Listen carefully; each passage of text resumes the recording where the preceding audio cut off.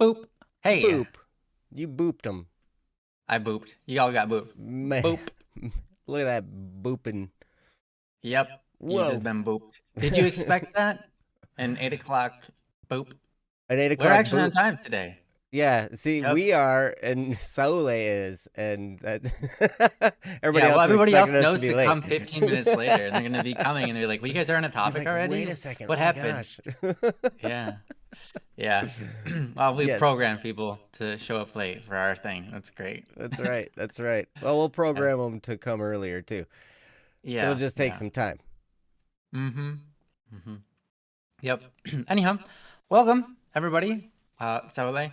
How's it going? How are you doing? How are you doing, Joe? I'm great. How are you? Doing awesome. How are you doing, Princess? I'm doing great. Thanks for asking. Awesome. Yeah. Uh, Today is a great day. Because it's Don't Worry Wednesday, and also because we're all alive. It's good. Mm-hmm. Good day. Mm-hmm.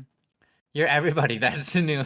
Hi, everybody. Hey, you know what? It's not all All of that you. new because, Double Cup of Joe show, there were lots of times you were everybody, Saule. It was awesome. Saule's on top of things. Mm-hmm. Whenever we're somewhere, there's Saule. You know, he's man. awesome. It's cool like that. If I start streaming on Twitch, are you gonna show up, Saule? Are you gonna be there for me? Are you gonna be my support? I'll watch you. Aw, thanks, guys. So yeah, I mean, Princess, thanks for starting it. I'm gonna read what this says. Welcome to Don't Worry Wednesday. This is a stream where we talk about worries to help one another. We are not professional help, but we'll try to give helpful advice. I've never read this. This is my first time. I've always just said my own thing, and then I saw links in there, and I'm like, perfect. That's all I needed to see. Okay, continuing on. Any questions or worries?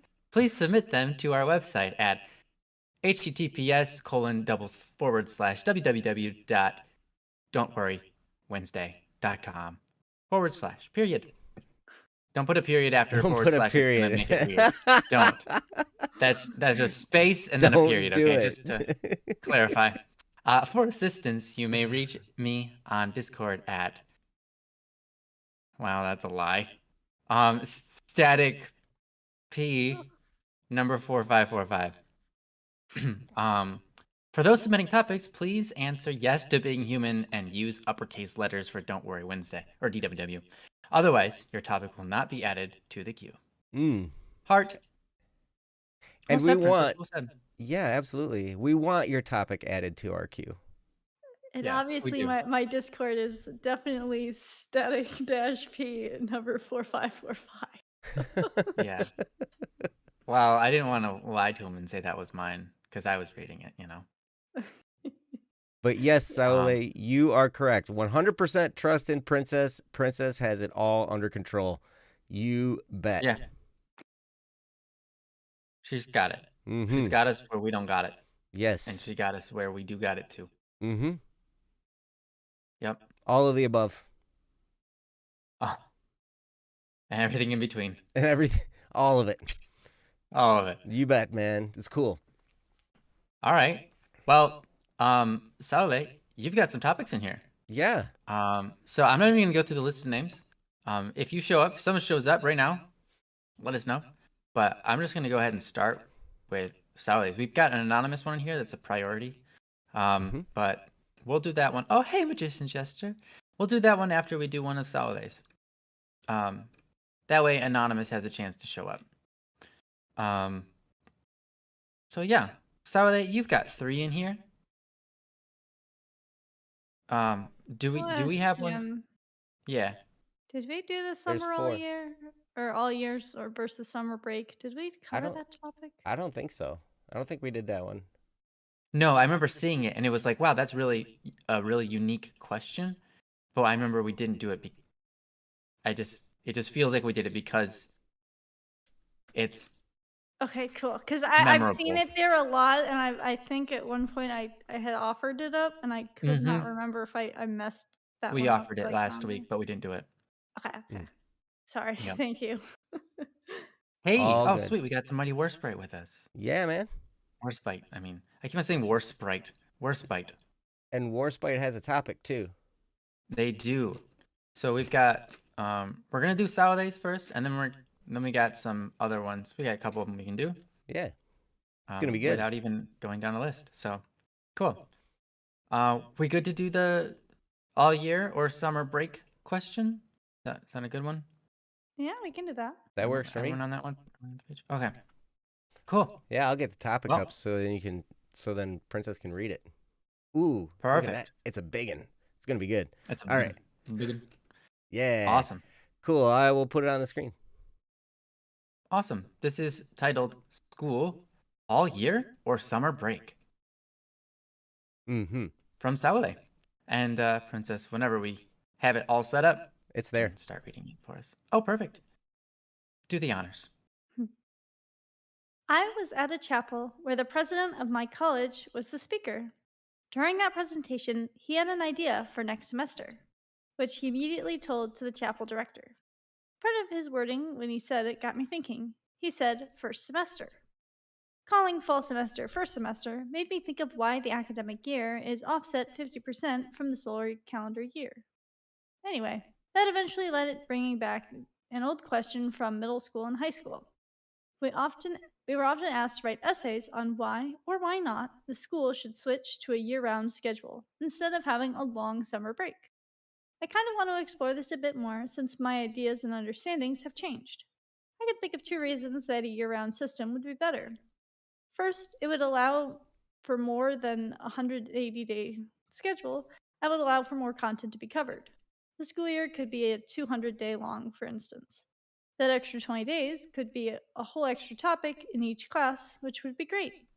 Second, we tend to do poorly coming back from a break.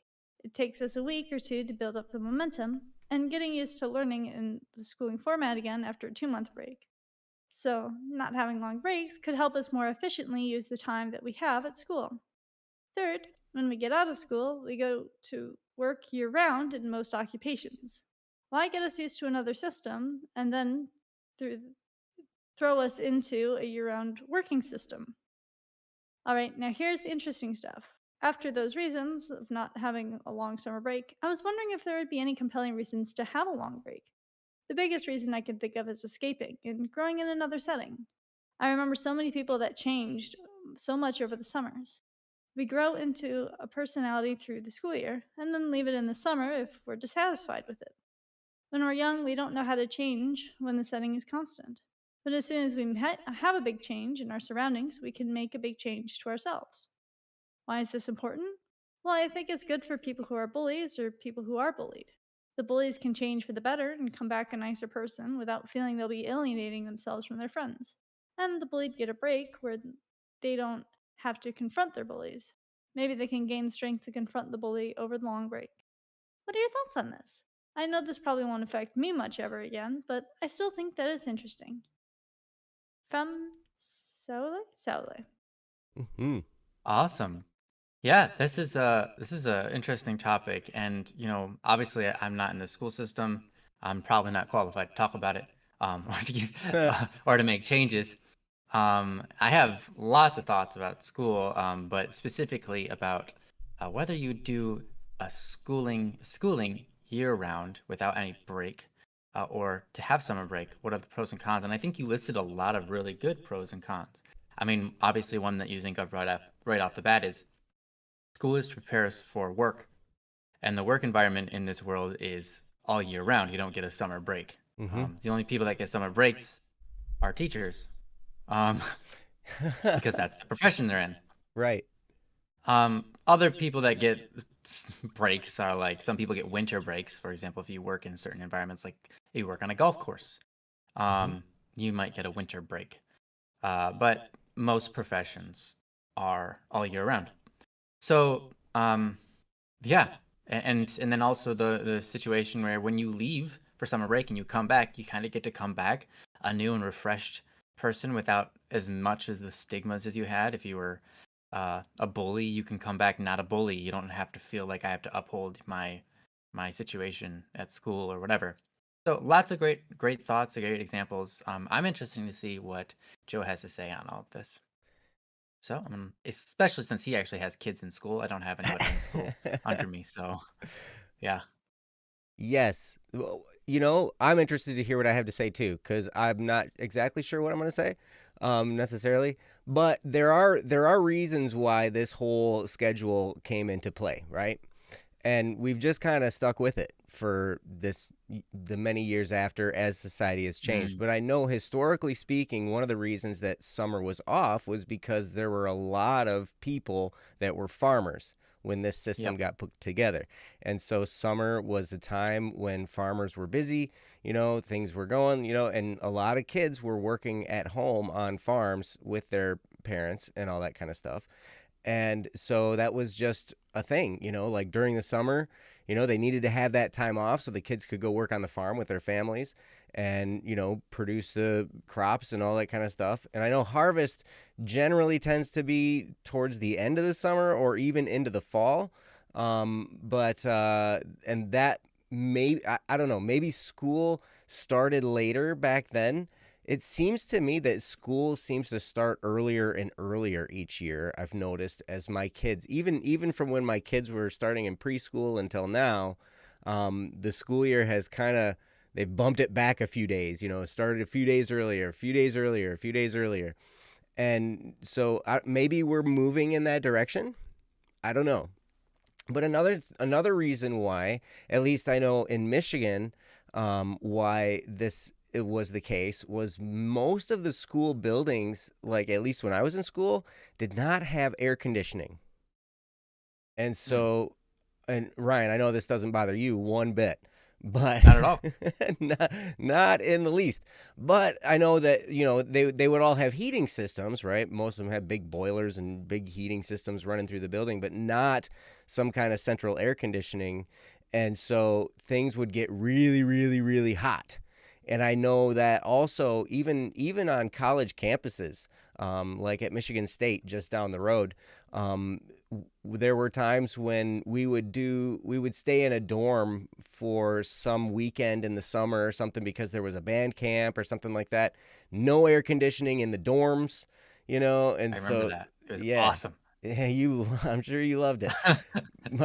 But that's another reason. So a lot of the reasons now I think that this is still the case. One, it's kind of tradition. It just kind of got set up that way. People got used to that kind of schedule. It gave people time to spend with their families. And so they would be able to take extended vacations and stuff like that. And then also, so working throughout the summer and, like with the farming thing, and then also trying to think of, okay, how much more is it going to cost us to air condition this building in the summertime, at least up here in Michigan. Now, I know down south they probably have that, all the time, and in hotter climates, they have those buildings are probably all air conditioned already, and so it probably wouldn't be that big of a deal. But those are some of the reasons why I think it is the way that it is. Mostly just because that's the way it's always been done, and it started because of certain reasons. And even though we don't have as big of a farming community anymore, we still have plenty of farmers, but and plenty of farm products, food and all that kind of stuff. It doesn't require the same amount of effort because we have machinery that helps and all this kind of stuff. So a lot of times maybe there aren't as many kids that would be working on farms over the summer. And yeah, so I think just making that transition might be a little bit difficult. I actually am a proponent of year-round school with a few extended breaks in the middle, right? So I think it'd be good to go year round, but then have those extended breaks, like Christmas break. How you get a few weeks off for Christmas break, and maybe do that a few times. There's a spring break that's a week long. There's and then the summer break is 3 months. So if we could kind of cut down the summer break to shorter and then do more of those extended breaks throughout the year, that might be a good way to go. I also know there are schools that already do this. There are private schools, even in my area, that already do year-round schooling. Excuse me.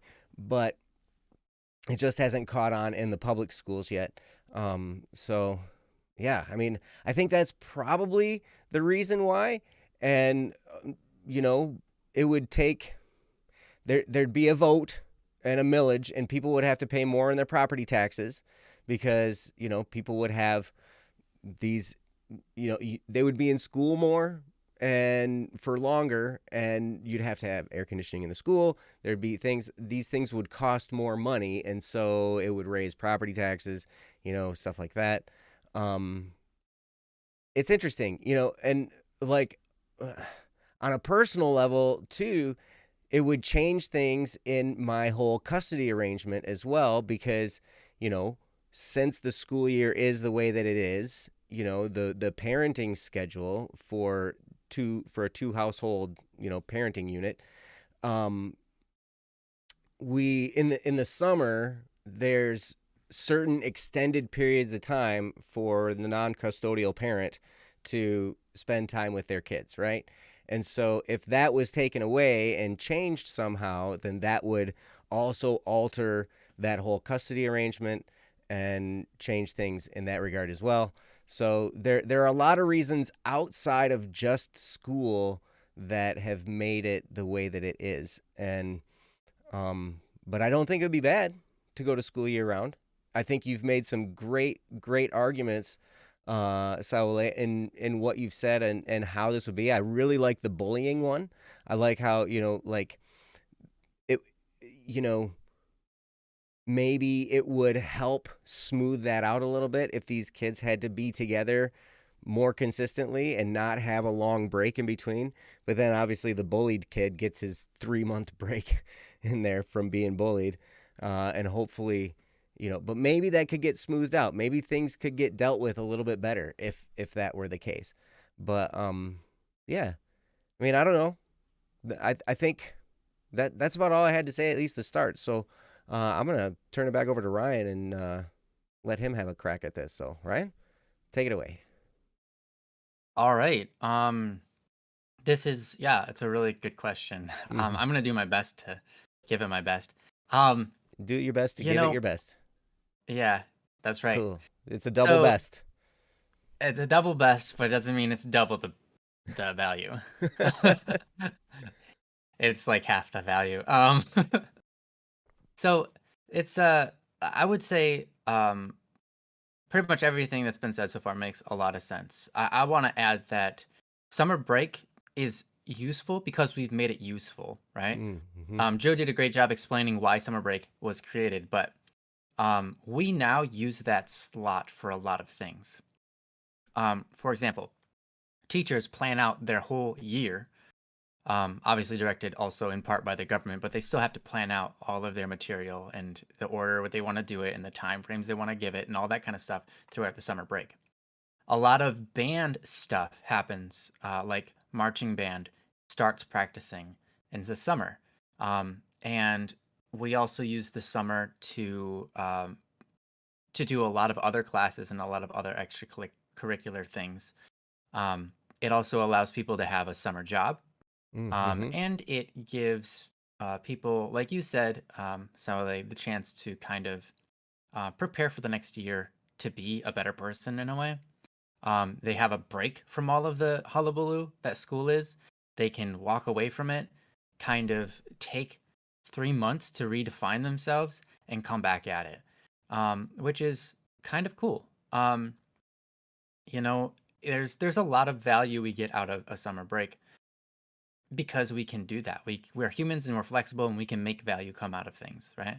So I would say that either way, whether you have a year round or a school break, um, we can make it good, right? We can make it a good thing that we have one or the other.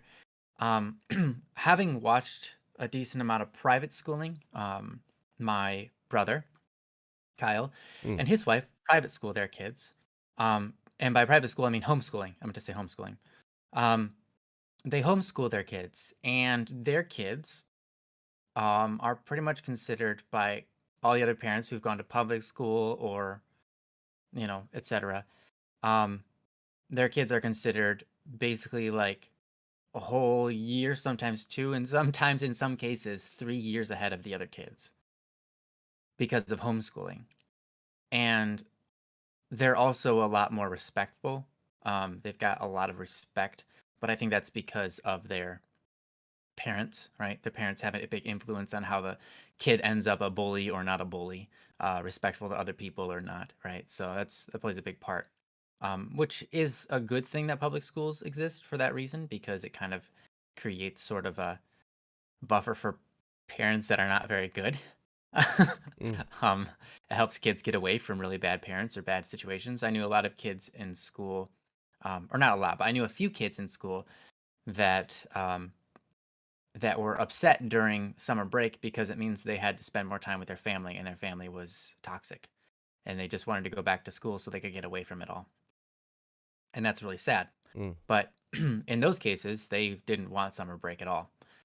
I really liked summer break because I got a chance to, have fun with my family, um, and things like that. But what I was going to say about homeschooling is this: homeschooling, you kind of get to design your own schedule a little bit. Mhm. You teach them how you want to teach them, and in the environment that I see, um, the kids get a lot of playtime. It's just like, hey, here's your work for the day. These are your assignments. I'll help you with them, whenever you're ready. But you can't play until they're done, kind of thing. So what do? They work, and then they finish it, and then they go play, which is great. It's a great system. Why? Because that's a lot more like our work system. You work.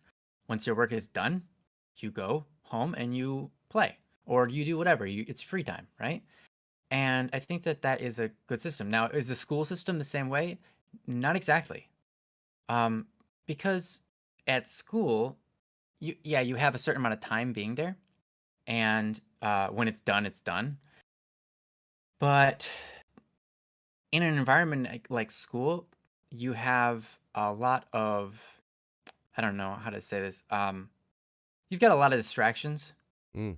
You've got a lot of non-personal education. They teach a class of people, and no one. You don't have a personal advisor to help you or make you want to do the work.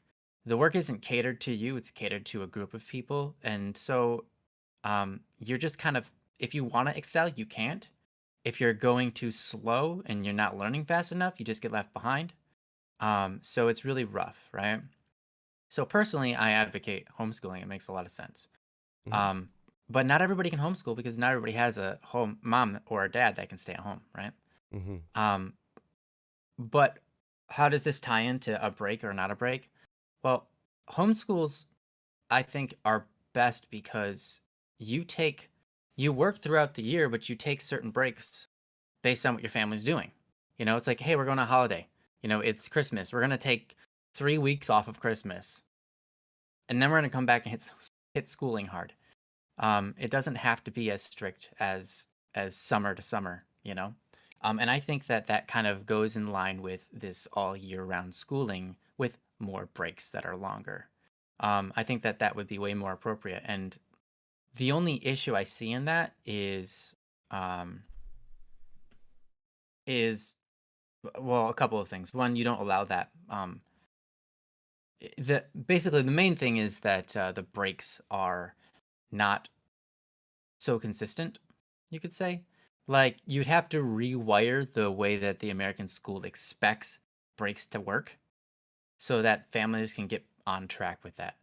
Because right now, as it stands, it's like if you want to take a vacation, a family vacation, just wait till summer. Save up your money, wait till summer. Then when summer hits, you can go on summer break, take a couple of week vacation. But if we switch to all year around schooling, um, it would be a lot harder to do that because it would be harder to find the time where you can get all of your family together to do that. So summer break lasts 3 months or 2 months, depending on the schooling system, but 2 to 3 months, right? So for that whole time, up whenever the mom and dad get time where they can have off of their work schedules, Mm. it's a lot easier to go like, okay, so during the summer, halfway through, I actually get my break and and my wife gets her break at the same time. So we can actually take it then because we have a whole 3-month period to fit that in. But throughout the normal year, it's hard to do that. The only times that you tend to get off work are Christmas and Easter and things like that. But you get only 1 day off. It's not like a week. And it's harder to plan out like, hey, we're going on break for, 2 weeks. And it's it's hard to do that because everybody at the workplace is going to take those 2 to 3 weeks off. Mm. That's just not going to work, Mm-hmm. which is really nice for you have 3 months for each kind of unit at your workplace. Like you have like a bunch of families at one workplace. They can all take a different week off for those 3 months, right? You can't have them all go off at the same day. So I think in light of that, really the only way you get a chance to take breaks with your children and go somewhere for a week or two is if it's during summer break. Mm-hmm. And so I think that in light of that, if you want breaks where you can take a family vacation, uh, you're never going to get that. No one's going to be able to get one if it's a all year round schedule. That's a It good would be point. impossible. It would be impossible. Mm-hmm. Usually you'd get one every couple of years is probably how it would go.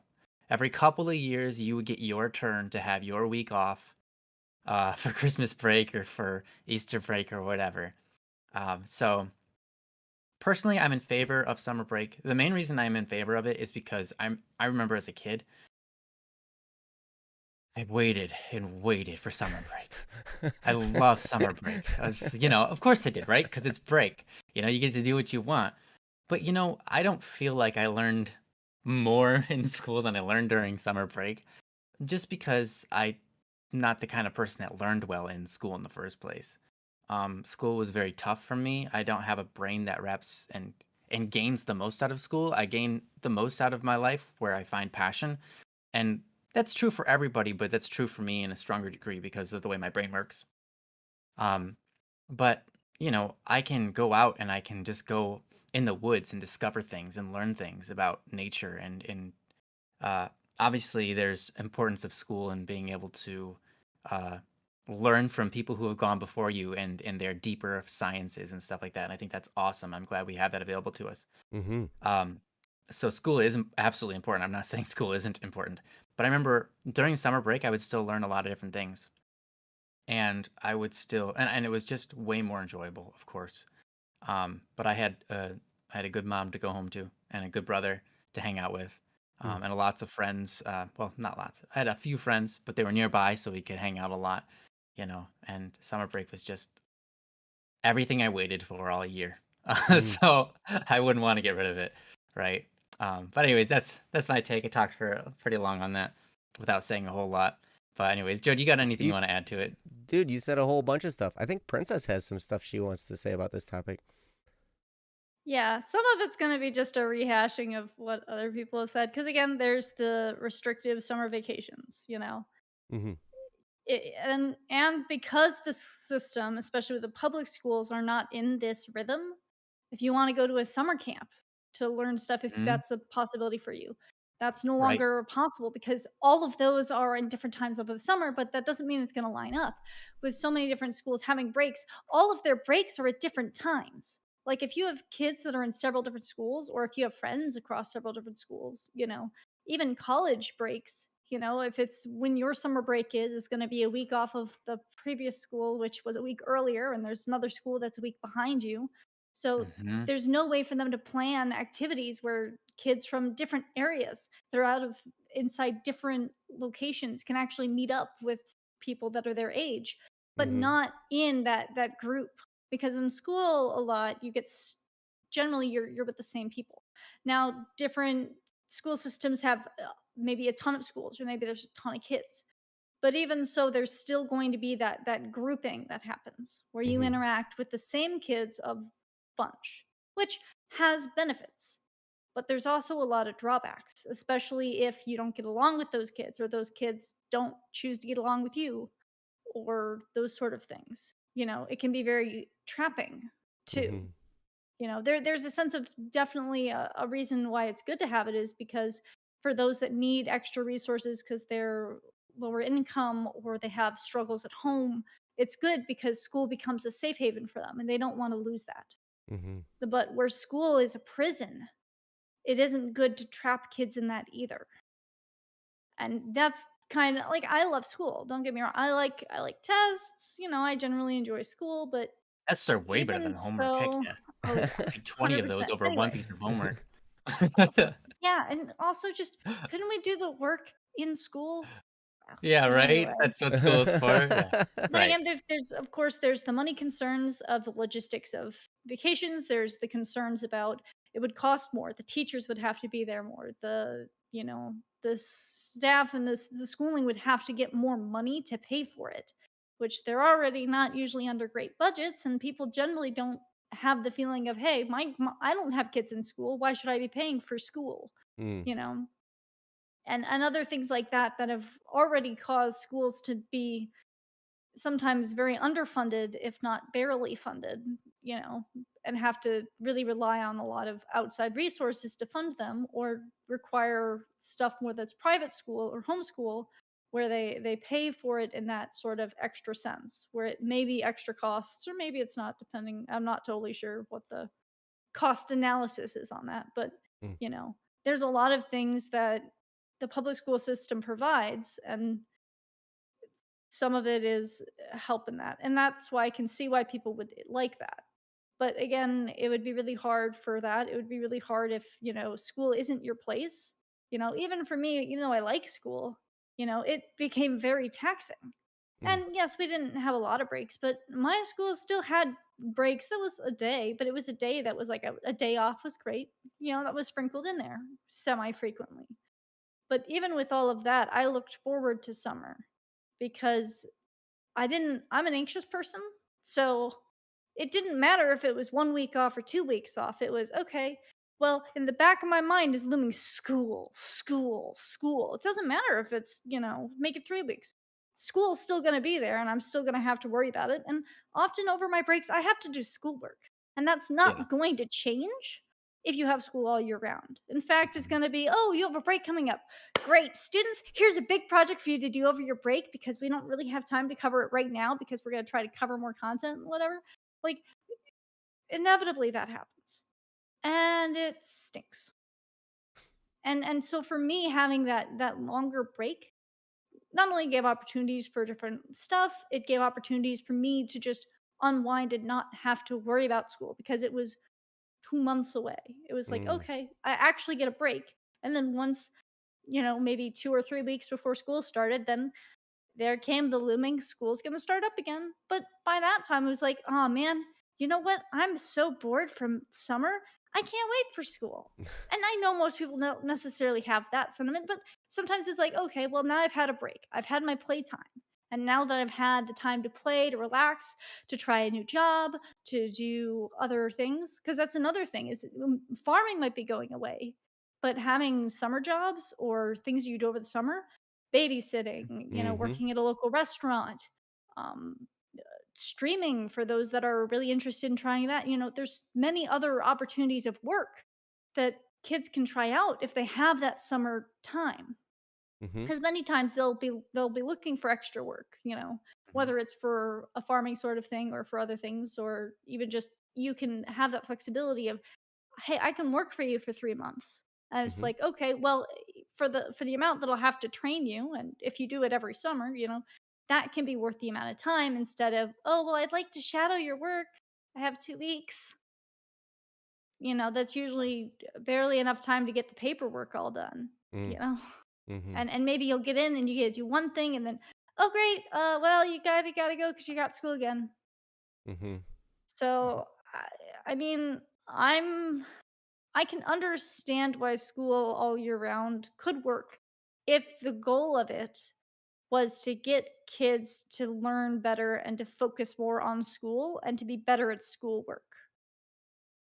If that is your goal, then yes, I think that is what year round school is meant to do. But the thing is that I don't always feel like you need that. I Mm. don't think that we need that much focus on schooling. I'm not saying that schooling isn't important. I'm not saying that we shouldn't focus on schooling. But I think that year-round schooling to me almost seems like too much of a focus on school and its importance. And Mm. as someone who's been in that overachiever to pressure to be that all A student, to be the person that gets all the work done, has to do it all well, has to do it right, has to be in on time, has to be, the good grades that I have to show my parents. Mhm. I would hate to have that stress all year round. Like that's not good for me. Even if sure I might be better and I might have flexibility if I, you know, break my arm and oh no, I can't be at school for a while or I get sick or, but I don't think that having that pressure, that importance, that school is your life is good. Mhm. I mean, at that point, it's your job, right? Your job is to be a student, or at least Mhm. that's the phrase that gets tossed around, whether that's college, where your main job is a student and your secondary job is something you do as some sort of part time thing to help pay for college. But, Mhm. you know, part of that is that's your job. But even then, for colleges, it's okay, you have different time periods where you go, you do work, you have stuff to get done before whenever, but that's kind of more on your own schedule. But in school, part of it was your job is to show up and to participate, you Mhm. know? But the success of being better at things and the success of learning other skills, I don't know if all year round is the right approach to actually doing it. And it could be. It could be that, all year round school has that benefit and it actually helps because for those that are struggling, they get that opportunity. Mhm. They get that opportunity to try harder, the opportunity to maybe show that they can succeed. But I also feel like you could go about that a different way in changing the education system itself. And that's much Mm. harder and is less likely to happen. But if we're trying to switch to all year round, wouldn't it be better to switch to a system that actually allows kids to progress at the rate that they understand the material? Mhm. Right. You know, like it would be better for them to be able to understand and to follow the material and not have a timeline that's like, oh, well, you have to reach this mark, but if you're too far ahead, then we'll just have to bump you up a whole grade, or oh, you're Mm. too hard, but we just have to shove you down and you have to repeat everything again. Because even though you weren't really great at math, we don't really have a way to do much with that. So you have to just take all of it again. It's it's kind of because again, it's grouped, it's not individualized, it's not personalized learning to allow a student to succeed. You know? Some of them, it's like, "Oh, you're really smart, so you just kind of gotta hold off because the rest of class has to catch up to you because you got more in this area." Mhm. It'd be better for them to be able to explore more. And it'd be better for the person who's left behind to be able to do that, but, it's a challenge, and it's a balancing act. And Mm. I don't think we'll ever have a perfect system, but I also don't think that all year round is necessarily I know there's a lot of potential pros. And Mm. again, there's a lot of research that's trying to go into it, and it's hard to adopt it because it's like, well, we don't know what the pros are. Does it Mm. actually help, or what if it makes things worse? Mm. Mhm. And if the system isn't totally broken, don't fix it Mhm. because you might break it worse. There's definitely that sentiment. I don't think that I don't know. Maybe I fall into that, but I just don't think that all year round school is all as bright and shiny as sometimes it gets portrayed in schools. Because I feel Mm. like, at least from my experience, like, there was definitely some bias put onto me of like, "Oh, all year round school would be better because you would do better at school," and, all love the but I wonder about the bias too that sometimes Mm. gets put onto these questions that were asked in school, because Mhm. there's going to be bias inevitably, not because they're trying to be biased, but because every person has some degree of bias generally, one way or another, that they present things in that way. But anyways, Mhm. I've rambled enough. I can see why all year round school could be effective, But for me, I have a lot of concerns that I feel like should be addressed before that would be implemented and could be implemented effectively. Mm-hmm. For sure. Mm-hmm. Yeah. Well said. One thing that I want to just, two things I want to say. Easy said it first. Let the kids play. That's important. If you obviously you think like, oh, if they go to school every day, they get home, they get to play. That's not the case. I I got to play most of the time when I came home from school, but only after I finished my homework, and only after I did my chores, and only after I ate dinner. And oh wait, oh, shoot, it's already that time. Okay, well I have to go to bed now. Uh-huh. And so it's like you're home for like 8 hours before you have to sleep. No, you're not, because you got the ride home and everything like that. And every kid has their own different bedtimes depending on the parents, and it's like, okay, I got 2 hours of play today. That's it, because I had to go to school. Mm. And I absolutely, and then they're like, well, you've got every weekend to play. Well, it's like, no, because Saturday, that's chore day. I'm like Mm-hmm. working all day. Yeah. And then Sunday, I go to church, and then I have a bunch of youth group stuff that I do all day. And then and it's like, it's not a system where you get to play. Mm-hmm. And I think that it's important for children's brains to form correctly. You actually have to allow them to have entertainment and joy. If you take away that, they're just going to be stressful, and they're going to break, and it's not going to be good. Mm-hmm. Kids actually adults provided with entertainment as well throughout their workday shows increased results with their brain activity, with their ability to remember things, with their ability to perform. So, and that's especially true with children. So yeah, I would say if we're discussing changing the system, I think we need to change the system from the ground up. Mm-hmm. And the last thing is, summer vacation is where I learned how to play the piano. Summer vacation is where I learned how to write music. Mm. Summer vacation ultimately is my passion, or that I get to explore. And I wouldn't be here where I am today if I never got the chance to explore music in the way that I did on my own. Mm-hmm. If I was stuck doing music for school, it's a whole different scenario. Mm-hmm. When you're studying music for school versus studying music on your own, it's completely different. And I would not be ever a composer, because there would have been no possibility for me to have a composing class. Mm-hmm. And on top of that, I wouldn't have been able to go home and work on compositions after school. I would have obviously been too overworked, but also I wouldn't have had the time. I just wouldn't have had the time. And so I say that it's really good that we have summer break for people who want to explore different possibilities of their own future careers Mm-hmm. on their own, because otherwise, school's not going to teach them that stuff. There's a Mm-hmm. lot that you learn during summer vacation, as I was saying before, that you cannot learn during school. So yeah, Mm-hmm. those are the two things I wanted to say, and they're kind of just on top of what Princess was saying. Joe, did you have any Yeah. last things you want to add? No, it makes sense. I do actually, and I do have to tell you, Ryan, that yes, you could have become a composer and you could have done it on your time during school, because I did it. Oh, okay. Well, I And didn't. it was, but I'll tell you what, it was not easy. It was crazy. It was like, because I got this like idea in my head that I wanted to write an orchestral piece for my Mm, orchestra to play in high school. It's my senior year in high school, right? And I had this idea, and the orchestra director was like all about it. And he's like, "Yeah, that'd be great."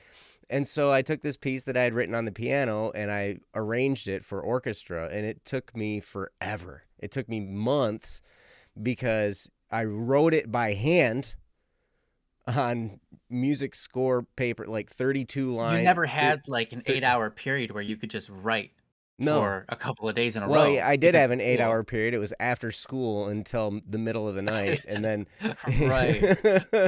and it was Okay. every day, and then finally I got this handwritten orchestral score, like it was 32 pages long.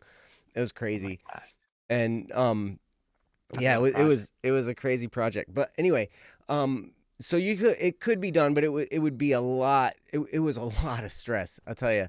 And one of the things that I would ask in relation to this question, when you're deciding the pros and the cons of whether we're doing year-round school or the system the way it is, where we have a long summer break, what's the point of school?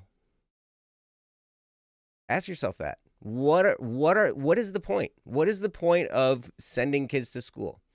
Because there are a lot of different reasons people send their kids to school. To learn, daycare, yep. For parents when they're at work, and like public school is like free daycare, right? Because it's it just, well, the taxes pay for it. But it's crazy. I'm looking at my youngest son, he's 10, he's on the baseball team. And he is going to have baseball games until the end of June. So school will get out like at the end of May or beginning of June, and then he'll have baseball games going. The baseball season will go until the end of June. And it's pretty crazy because that, if we were thinking about taking any kind of a vacation or any kind of a trip, in June, we wouldn't be able to do it because he's got baseball season, right? But that's also part of school is extracurricular activities. You get to learn how to interact socially. You get to learn this basic knowledge of, how to get by in the world, reading, writing, arithmetic, the 3 R's, and then it expands now. I mean, now kids are taking like AP human anatomy and physiology and calculus, and like I'm just like, whoa, man, it's getting way more advanced through school. And I'm looking at what my kids are learning. My youngest is in elementary, my oldest is in middle school, and they're learning stuff that I learned in high school. And I'm like, oh my gosh, it just amazes me how much kids can learn. They have the ability to learn so much, and it's really amazing. Now, when I was a kid, my parents had this great idea that during the summer, this only lasted a few summers, but they were like, hey, you guys are going to get to do this great idea that we have, and that is that we ordered this program of tests, and you're going to take tests all summer. And it was like, fantastic. We were so happy about that, right? It's like, I thought you loved us. Like, right? I thought we loved each other here. I know, right? It's What so happened? Crazy. Yep. But I mean, this was yeah. and it was good for us, to learn stuff and to have that extra time of doing things. There were other times where we took computer classes throughout the, and it was like programming stuff, right? In the summers that they didn't have in schools, and it was just, community education type stuff that we got involved in. But really the question I would always ask is, what's the point? What's the point? What are we teaching? Not only in the classroom, but outside the classroom. What are we teaching in habitual learning of like creating habits for people, right? I mean, I remember talking about this to people. It's like, okay, let's train people that they have to get up at a time they don't want to, go someplace they don't want to go, stay there longer than they want to stay there, come home after they want to go to, they go to the bathroom only when they're allowed to. And, then you're going to do that every day, 5 days a week. And then you're going to have your weekends and blah, blah, blah. It's programming people for an industrial age work system. Right? Mm-hmm. And we're no longer in the industrial age. Right? And things are changing. You look at Black Static and Swerve, our company is a results-oriented work environment, right? We have projects that we do, and we do them on our own time, and we fit them in, right? We fit them into our lives. And there are more and more companies going this way, and that's why what Ryan was talking about with the whole homeschool idea, with what his nieces and nephews are doing, is really, really effective for them because they have parents that are home that can do that, right? Mhm. But I was over there, we're doing projects over at their house, studio projects and stuff. And so I get over there in the morning, I get there in time to have breakfast with all the kids, and it's really cool. And then it's school time. And they go to school, and they're all sitting in the living room with their books and their stuff, and they're doing their homework and they're doing their work, and mom's there to help with whatever. And whoever needs help with whatever it is. And me and Ryan's brother Kyle were over ripping stuff out of the next room, and they want to get done with their homework so they can come help us, right? Because it's a lot of fun doing destruction work, like Deconstruction. yeah. But anyway, so I don't know. That's pretty much all I had to add to the topic. But it's a great topic. It's a great discussion to have, because and it's a great thing to start figuring out. But I like what you said, Ryan, about if you're, and I think Princess, you said this same thing, that if we're going to look at changing this scheduling, we need to look at changing the entire system, right? Yeah. And how can that change to be relevant? Now, that's a lot of work. That's a lot of explosions, right? Yeah. To change a system that deeply. But anyway, maybe it'll happen. Maybe it won't. Who knows? But Saule, this is a great topic. I tell you, it's cool. Yeah. Anyway, that's all I had. Good. Awesome. Well, thanks for the topic, Saule. You're amazing. We love you. We are going to move on to the next one. We have one that is from an anonymous, I believe. It's titled Parental Authority. Parental Authority. When I read that, I thought it said prenatal authority. My bad.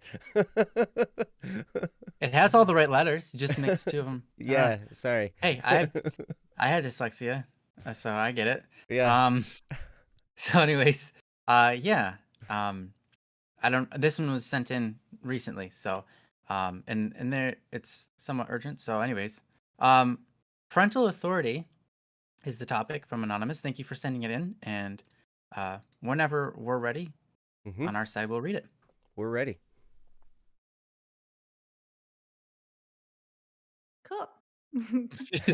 I don't know. Cute. Maybe the screen's ready anyway. I'm sorry, Princess. I love you. I love you too.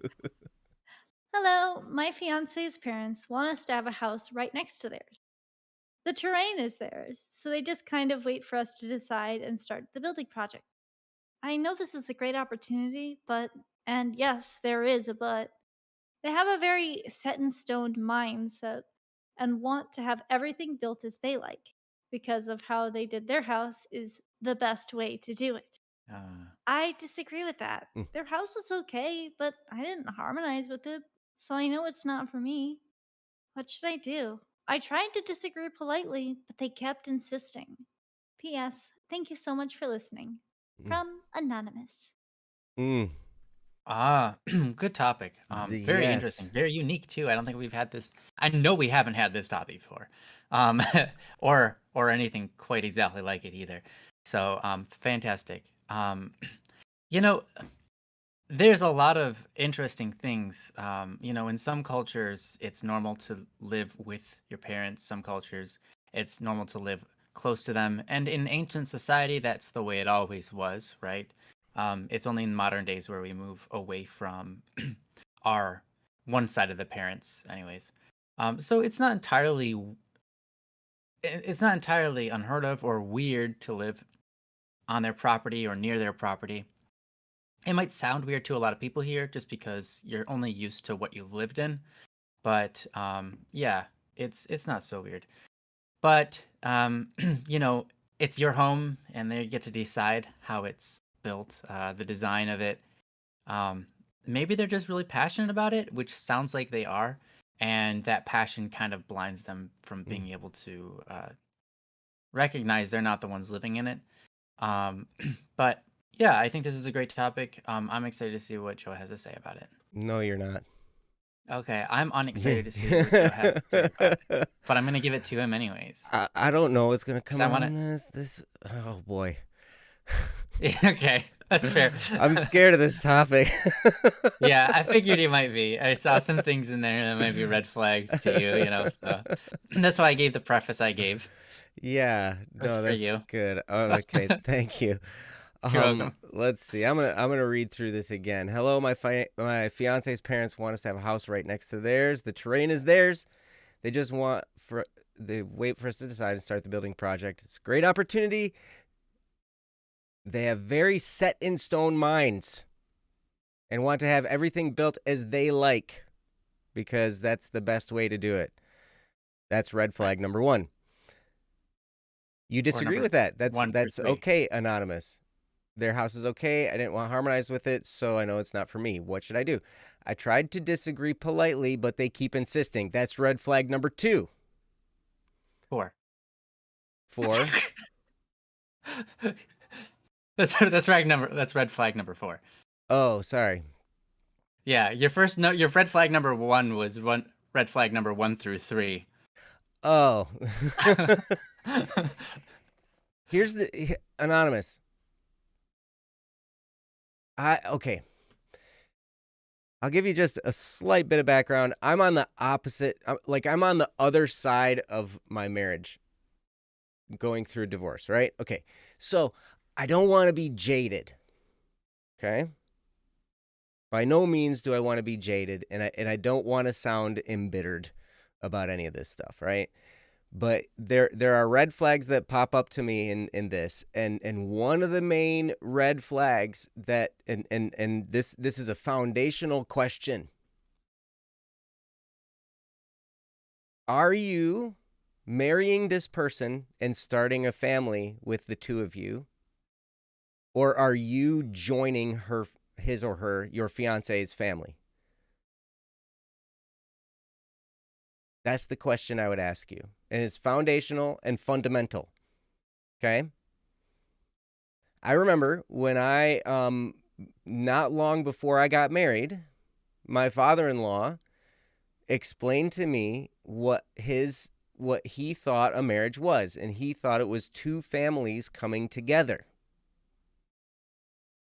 Which sounds glorious and great and wonderful, right? But it's dead wrong. What marriage is two people leaving their families and starting a new one. Okay? So that's my first question to you is, are you and your fiance starting a family of your own?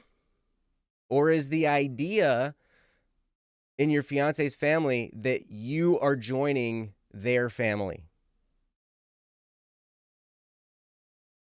And in a way, yes, when we get married, we become part of a family, right? We become an in-law. We're going to be at family events. We're going to be doing all this stuff together. Hey, that's how it works, right? And it's great when all the family members get along and everything's wonderful, and that's awesome. Great when they actually treat you like family. When they say you're family. Yep. That's key number 1. Let's not get off in the weeds. Okay, sorry. I love you, Ryan. I love you too. I'm sorry. So anyway, this was a thing. In my situation, we actually looked at when my mother and father-in-law, their next door neighbor was selling their house. And there was a big push for my wife and I to buy this house.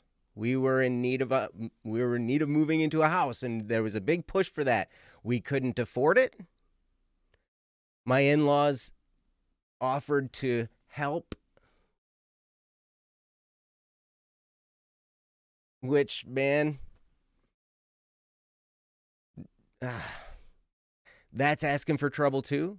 Because now I'm in debt to my in-laws. And, oh my gosh. And what happens? I knew that I couldn't afford this house that was next door to theirs. And if I couldn't afford it, and because my wife wasn't working and it was my income, that would be having to pay for this, and I couldn't afford it. What then? So do I borrow money from them? Do they co-sign? Do they take out a mortgage? I wouldn't even have qualified for a mortgage. They would have had to have co-signed or, done something, right? And then their credits attached to me not being able to pay this mortgage.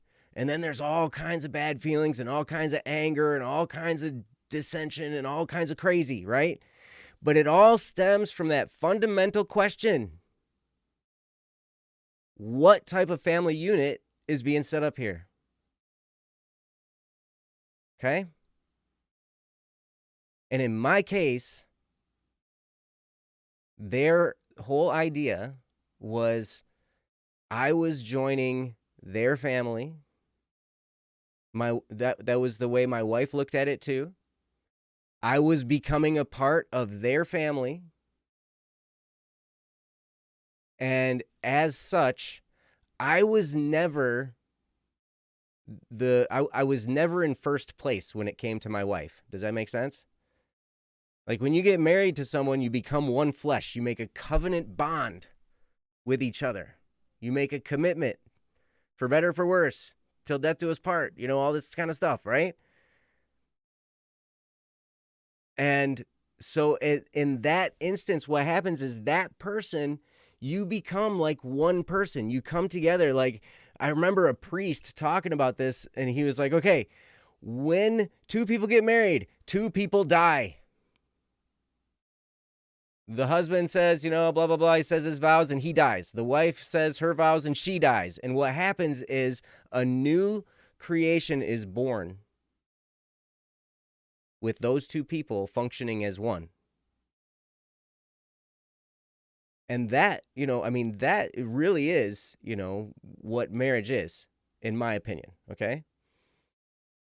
I remember counseling a friend of mine, and I remember him talking about maybe he was going to move, and his fiance was thinking about moving as well, and she was having trouble because she didn't want to leave her family. And I remember just asking the question, I asked her this question, and I said, okay, how did I ask this? I want to get this right because it was a big deal. I said to her, what do you want him to feel like? Do you want him to feel like he's the most important person to you? Or do you want him to feel like he's playing second fiddle to your family? Because, yeah, that's kind of what is going to happen. If, she's apprehensive about moving to where he's going to be, the question is, okay, what's your priority? Is your priority your fiance, or is your priority your family? Because in your, birth family, because eventually in marriage, you're going to have to choose. And then the question is, who's in charge here? Who's in charge of your marriage?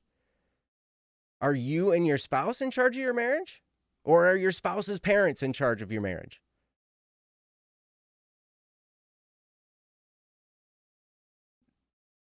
It's really quiet. You guys are so quiet. I'm loving this. Just am I keep going, man. boring? You're doing great. No, you're doing great. We're all really just Enthralled. Yeah. Because I knew this was gonna be good. I don't know if it's good. You're the or only one not. that has experience in this. Dude, I'm telling you. I would say don't do it. Don't take the property. This is me saying to you, Anonymous, don't take the property. Talk to your fiance about it. If your fiance has trouble siding with you and standing up to her family, or I keep saying her, it's just because I'm sorry. I don't know what the situation is. If your fiance has trouble standing up to their family in respect of you two having charge of your life together as a married couple, then you need to rethink getting married.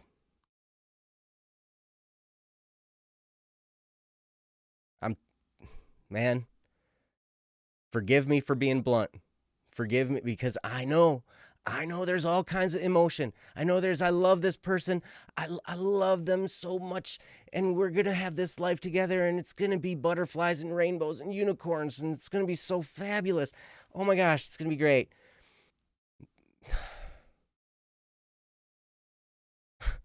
I'll tell you what. There were lots of red flags 2 weeks before I got married. Lots of red flags popped up. Just 2 weeks before our wedding. And at that point, it was like, I was scared. We had to make some kind of an agreement. You know, there's all kinds of stuff like, okay, it was kind of like an unofficial prenuptial agreement, right? And so like there was all this stuff, but the fear was that my fiance's dad and her family had paid for all this stuff for the wedding. And so there was a lot of pressure to go through with it. And we went through with it. And we struggled and struggled and struggled. And it was hard. And it hurt. And there was pain. And there was torment for years and years and years. And now we're getting divorced. So, Anonymous, I apologize for being blunt, and I apologize if I've had strong language, and I apologize if I've been straight, like shooting at you straight. But man, the question is going to be, who's in charge of your marriage? Is your fiance's family in charge of your marriage, or are you? Who's in charge of whether or not you get the house? See, here's the thing. If you decide that you don't want that property, are they going to get so offended that they hold it against you for years and years and years? And if that's the case, you need to rethink getting married to this person. If your fiance is on board with these family members, you really need to rethink getting married to this person. Because marriage, man, I'll tell you, marriage, it's easy to get married. It's not easy to get divorced. It's hard. It's one of the most heart-wrenching, painful things ever, and it hurts everybody. The kids, the parents, everybody. And so, I don't know. That's I guess what I got to start. I might come up with more, but I think I need to turn it over to Ryan. Ryan, you need to save us from this mayhem that I've just opened up here. Please. Awesome. I gave it to you, and everything went to plan. Everything You opened up a can. You opened up the can, and it came out as black smoke and filled the area, filled the room. It was perfect. Oh, like, yes. Now I can be that shining light that parts the smoke. I'm just kidding. Please do. Please part the smoke. Save us, please. Part the smoke. No, everyone I'm sure is thankful that you said the same things you've said. Obviously Joe doesn't intend to be one-sided. Like, I think there are a lot of people in the world who something goes wrong for them, and so then they tell everybody that it's going to go wrong for them as well, right? So like Joe hasn't have a good time in his marriage. He doesn't just push that on every other person, saying, oh, marriage is crap, don't get married, that kind of thing. So it's important to say that Joe isn't just being jaded. He's had a lot of personal experience with for the last 14 years with dealing with this issue of fighting between his wife basically choosing her own parents over him, and that going towards time with his children, not being able to see his children because her family's in control. So it's been really rough for him. So obviously, he's not trying to be jaded. He's just had experience with this, and it's been very foul. Yeah, well, And in so fact, everything he said makes sense. I tell all my friends who are married or planning to get married that have a really good relationship and really good, like your brother and his wife, you know. Mhm. I tell your brother constantly, I'm like, man, I hope you thank God every day for Diana because man, she is tremendous, you know, and I applaud people who have strong and healthy marriages because I think it's beautiful. You know, Mhm. I I don't want to bring whatever experience I had into, you know, being a problem for them. So anyway, sorry, I'll stop talking now. No, that's awesome. I thank you for clearing that up. I just Mm. wanted to clear that up on your behalf because I think there are a lot of people in the world who will hear someone say things like that and say, "Oh, they just had a bad experience. I'm going to zone them out for a while while they talk because my marriage is going to be good." And it's, yeah, of course I know it's going to have problems. Of course, that's marriage, but I can get over it. My wife can get over it. We're going to do this. We're going to be all right. And you have this view. Truth is, you don't know the future. And so I think it's important to get the foundations. What is marriage to you? I really like that Joe brought that up. What is marriage to you? What is marriage to your significant other?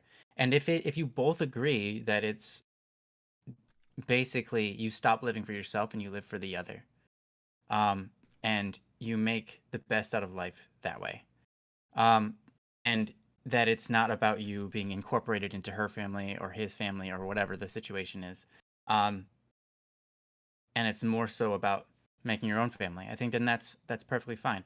Obviously, you do join families, but it's you don't become one with their family. You become one with each other, right? In marriage. So I think that's an important distinction to make. Um, if it's yeah. So, anyways, I would just go cautiously um, try to discern and even ask them and be cautious about one thing. Um, Try to discern whether or not they have difficulty with the idea of leaving their family. Um, there's nothing wrong with being around their family. There's Mhm. nothing wrong with taking the estate. There's Mhm. nothing wrong with building a house there and living close to their family. Nothing wrong with it at all. With it at all. For example, if my brother's wife and him decided to live on my mom's property, there would be no issue. Um, there wouldn't be any issue with that. But my brother is not the kind of person that needs to be around his mom in order to feel safe. In that scenario, your spouse is supposed to make you feel comfortable and safe. You are there for each other. You are, so um, my brother doesn't have that issue. So if you guys don't have that issue, then that's totally fine to move on to that estate, right? And to build a house there. So I just wanted to add on to what Joe was saying, or to clarify even more, is just, yeah, be cautious about red flags, especially because you're looking into getting married with a person and spending a lifetime with that person. It's important to know the foundation and the roots of this person, the way that this person thinks about these things, because if you disagree on this matter, it can be very, very troubling, very difficult, and not, yeah, not good. Um, So, anyways, moving on beyond that, more onto the topic. What should you do if if everything is swell, everything is dandy, everything is in the right place, everyone has the right mentality. Their parents aren't going to try to control you and your relationship with your spouse. They're not looking for that sort of. They don't have that sort of mentality, right? And your spouse doesn't have the mentality of. Um, they don't have a mental issue about what this relationship is supposed to be. Their idea of what this relationship is supposed to be is correct and it matches your own. Um, then awesome. Let's assume that that's the case. Okay, let's assume that that's the case and everything's going to be fine and dandy. What do you do about um, moving into a house which you don't get to design? Um, I think that that's totally okay, right?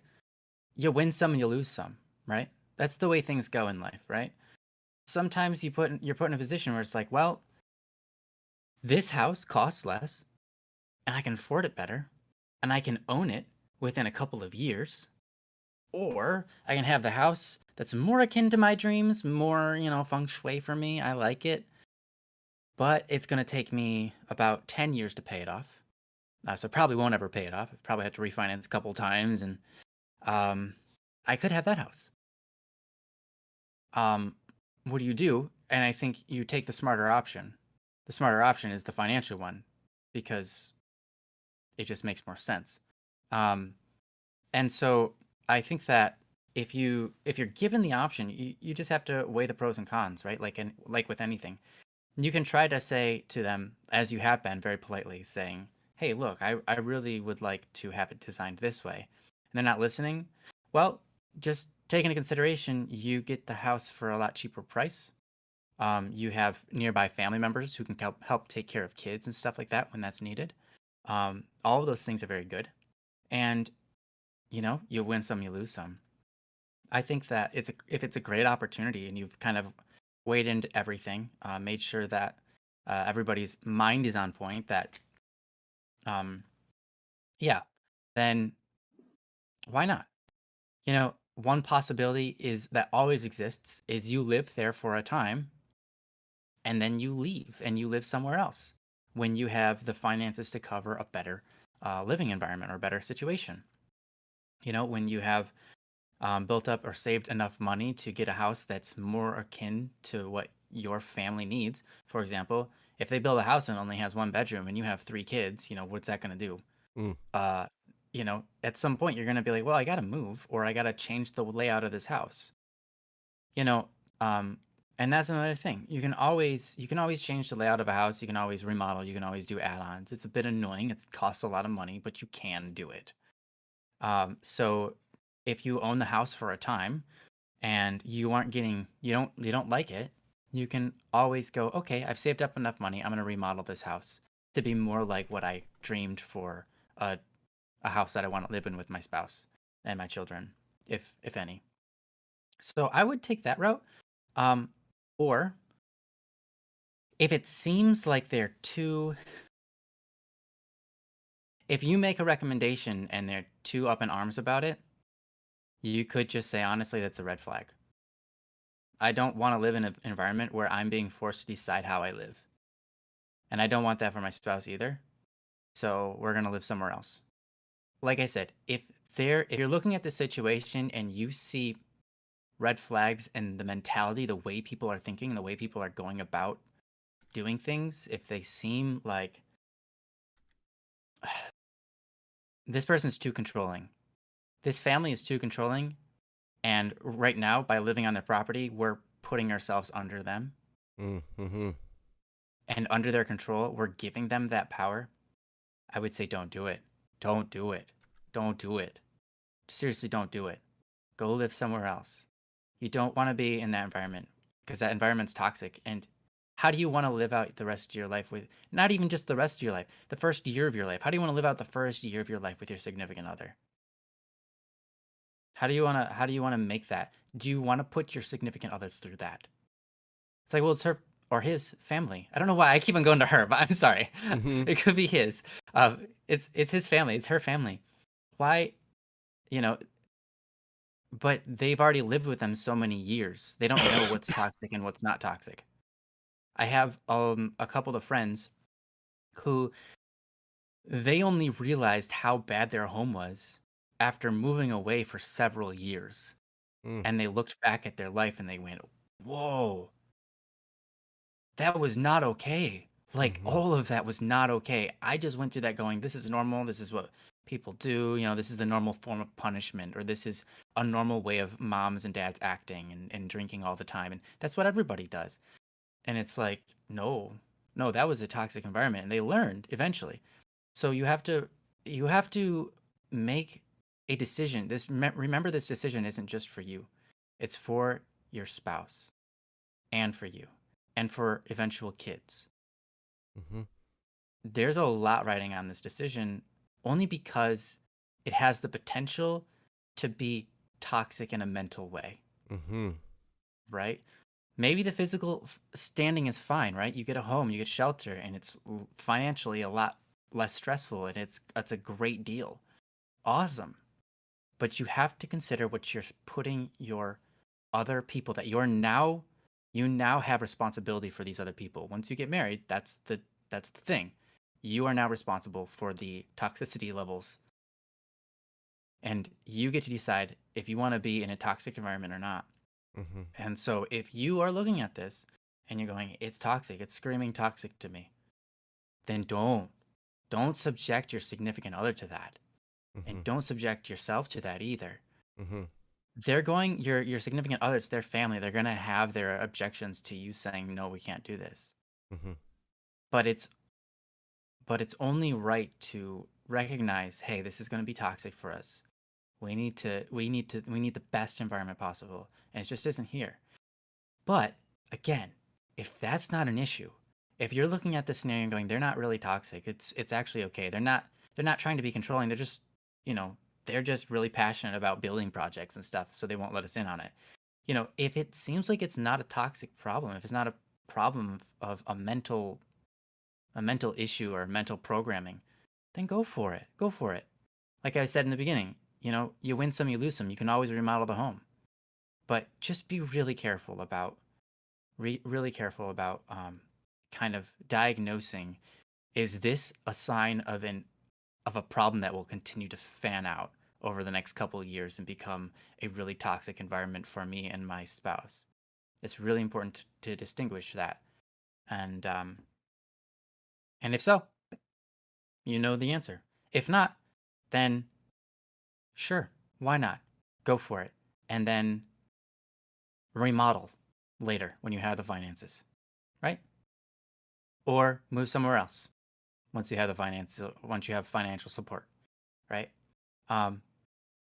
Yeah. But if you trust them, then awesome. If you're not sure, it's okay to deny this. It's okay to. Mm-hmm. Because recognize that if you don't want to do this, but you do it anyways, and you recognize that there's a problem, like with their wanting to control you and your family, you've now subjected yourself to that. It's going to be a lot harder to move out, and they're going to feel like they're in Mm-hmm. control of you and your spouse. Mm-hmm. Because the thing is, the family unit, mom and dad, are going to look at their child and go, this is my child. Of course I control them. I've controlled them my whole life. Mm. And now they're in a marriage with this other guy or this other girl, but I guess I just control both of them now. I control their relationship because that's still my kid. Mm. If you sense any presence of that, I would say the best thing you could do is help them by not letting them have that. Mm-hmm. Because if that's their mentality, the best thing you can do for them is to help remove them from that mentality, because that's not good for them. It's not good for a parent to be that controlling. It's not good for a parent to think they have ownership and responsibility and ability to demand anything of their child in that way, right? The child is their own being. And after the age of 7, they have the ability to choose for themselves wisely. Mm-hmm. Some kids don't develop until they're 8 and 9, but most kids by the age of 7, they have what's considered cognitive, what's it? Age of reason. It's the age of reason, Mm-hmm. where they're able to reason things out and make cognitive decisions. And past that point, at that point, you start to let go a little bit. You start to realize my children can make its own decisions, and also I have the ability to punish them when they make the wrong decisions, but I should at least let them make decisions.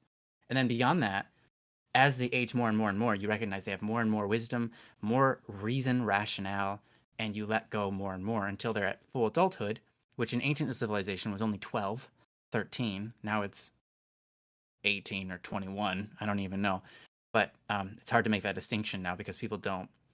And that's a problem in our world today. But especially by the time they're 18, parents should not be doing that anymore. Mm-hmm. Parents should respect their kids' choices and say, you know what? The world will now be the one that scolds you for your bad activities. If you do stupid stuff, the world itself is going to nail you for it. I as your parent used to cover your costs. I as your parent used to cover your sins. Like, let's say you throw a ball and you break through the window, right? Who pays for that window repair? Your parents do. But what also happens? You get scolded because you don't get the financial responsibility. So how do they treat you to help instill that financial responsibility you didn't have to pay for? They scold you, right? That's the general situation, right? Once you get into an adulthood, when you throw a ball through a window and you break the window, you're an adult. You have to pay for it. Your parents don't pay for it anymore. So your parents should also not be the ones scolding you for when you do something wrong, because you've already learned the lesson. You've learned it financially, right? And you've learned it through the anger of the person who window you broke. So, children, parents don the responsibility and the sins of the child, and they pay for those. Mm-hmm.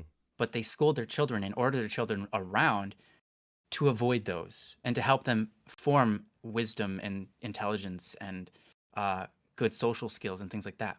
But once you get into adulthood, that's not the case anymore, right? Children no longer, the parents no longer have to pay for the sins of the child, right? And so likewise, the parents have no position trying to tell their grown-up children how to live their lives. Should they advise? Yes, it's good that they advise. Say, hey, look, I want to help you out in your life. Here are some things that you can do that are great. That's very different than a controlling situation where it's like, hey, I want to help you out. You're going to do this, this, and this, or I'm going to scold you as a parent, which means I'm going to yell at you. Right? That's not acceptable. So if you see stuff like that going on, I would get away. Just that's my best example of if you can notice that happening. If you notice that happening, it's going to be an obvious reveal as to whether you should be weary of them or not. Mm-hmm. If they have respect for the children, their child as their own unit, and they can go off, and they're only just doing this because they're family and they're trying to help out and say, hey, you know what? I know your finances are tight. Come live on our land. This is going to be great. And we're going to help out with, whatever we can. That's a totally different scenario. So just keep your mind open to that. That's all I got. Joe, did you have anything you want to continue with? I only have one thing. A lot has been said about this topic. We went really deep, really fast. Yeah, sorry. We did, and I love what you said about all this, Ryan. And I think I love what you were getting at about trying to gauge whether or not the fiance's family is going to respect the fiance enough to be an adult and respect you, Anonymous, as a partner for their child who's now an adult, right? If you start feeling pulled, if you start feeling influenced and dragged into this against your will, it would be better for you to flip out, yell at them, tell them how terrible they're being. Now, this is Don't Worry Wednesday. We don't say stuff like this, right? You're saying it's better than.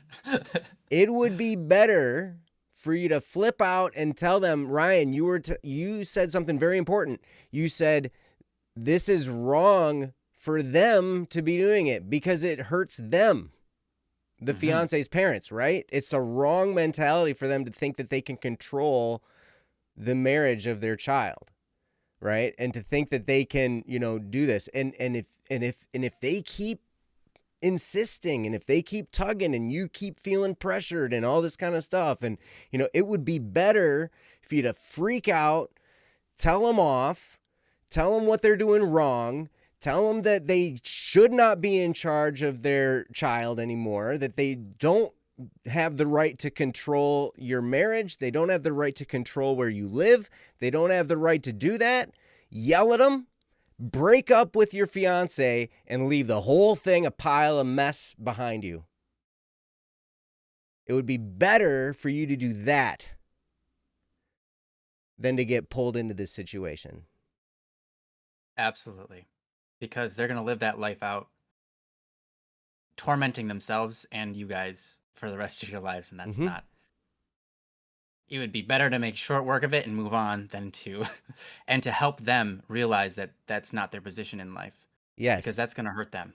Yes, because if you get involved in that situation and you get married in that situation, in that turmoil, in that controlling environment, right? If you enter that into a covenant legal bond, undoing that is going to be really hard. And if you have children,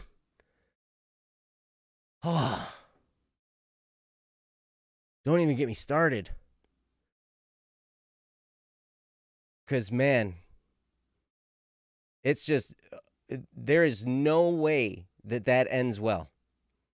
I'm sorry. I'm sorry. Maybe over time, who knows? I wouldn't count on it, though. Because if you set the precedent now by giving them this leeway in this very, very important situation, this very important decision that's between you and your fiance and your life together as a married couple and your future family, to give them that leeway in this, they're not going to let go. And the explosion is going to happen at some point. So it'd be better for you to explode now before any legal arrangements are made, before any covenant bonds are made, before all this kind of stuff is made. Have the explosion now. And if it breaks everything apart, so be it. Because it's better to have it be broken apart now because of this injustice than to go for years under the thumb of the injustice and then have it all fall apart anyway. Does that make sense? Yeah. Yeah. Because, I mean, it's going to fall apart if essentially you have a relationship with somebody, but the people that control that relationship are two party members that are super controlling, right? Mm-hmm. Like, think about that. Think about that seriously, right? How do you expect to have the ability to fix your relationship when you don't have control over it because that control goes to somebody else that's a third party? Right.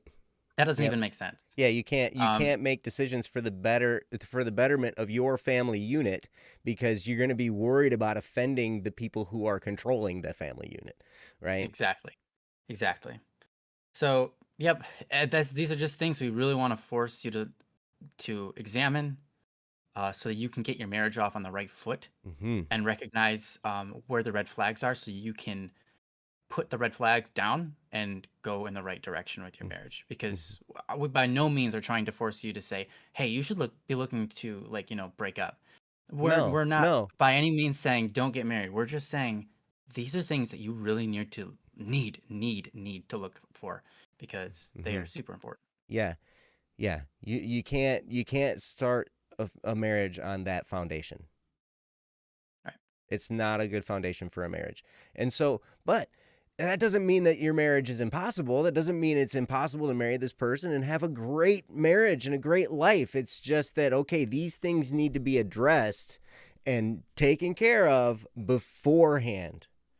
Don't get married thinking you'll fix it later. Okay? Fix it before you make the agreement, before you sign the contract, before you sign the license, before all this stuff, right? Figure it out before you go down that path. Because once you go down that path, man, undoing it is hard. And it's painful. And it's painful, and then it requires many therapists and attorneys and yeah. And it's expensive. And it's expensive. Oh yeah, for sure. All of that is super expensive. Yeah, and it doesn't help pay for the house. So Nope. yeah, no. Just one last thing. If you don't find that that is the issue, if they're not really trying to create an environment where they have control over you and your fiance's relationship, um, if they seem like totally legitimately just wonderful people who are trying to help out, but they happen to be passionate about the building project and they want it a very specific way because that's their thing. That's understandable. There are people like that. So um, I just really want you to dig into it and look and be honest with yourself. Don't We are so quick to favor one side over another that we'll take anything to say, oh, this is true. I mean, some people read the Bible that way, right? Like, I believe in this. So they read the Bible and they pull things out of the message that weren't supposed to be there so that it can be true for them, um, the way that they think, right? And that happens in daily life too, where people will, you know, they'll blame everybody blame everything in life that ever happened that was bad on a specific individual, and they'll look at their life through that lens and they'll find all sorts of things that are there which point to that individual hurting them. But in truth, that wasn't the case. They've kind of just changed the scenarios around and they warped things so that they would really, really believe this and they could at least blame someone for their problems and they don't have to blame themselves ultimately. People do that sort of thing. And especially when you're coming to a romance and you're trying to get married with someone, you're deeply in love and you've got this desire, you just want to make it work and you're willing to do anything to make it work. Well, let me say, if you're willing to do anything to make it work, then find out if there's a problem here so that you can make it work. Don't just say, I will take this problem easily just because I want to get married and I just want to be with them. And so I'm willing to deal with this if it is a problem.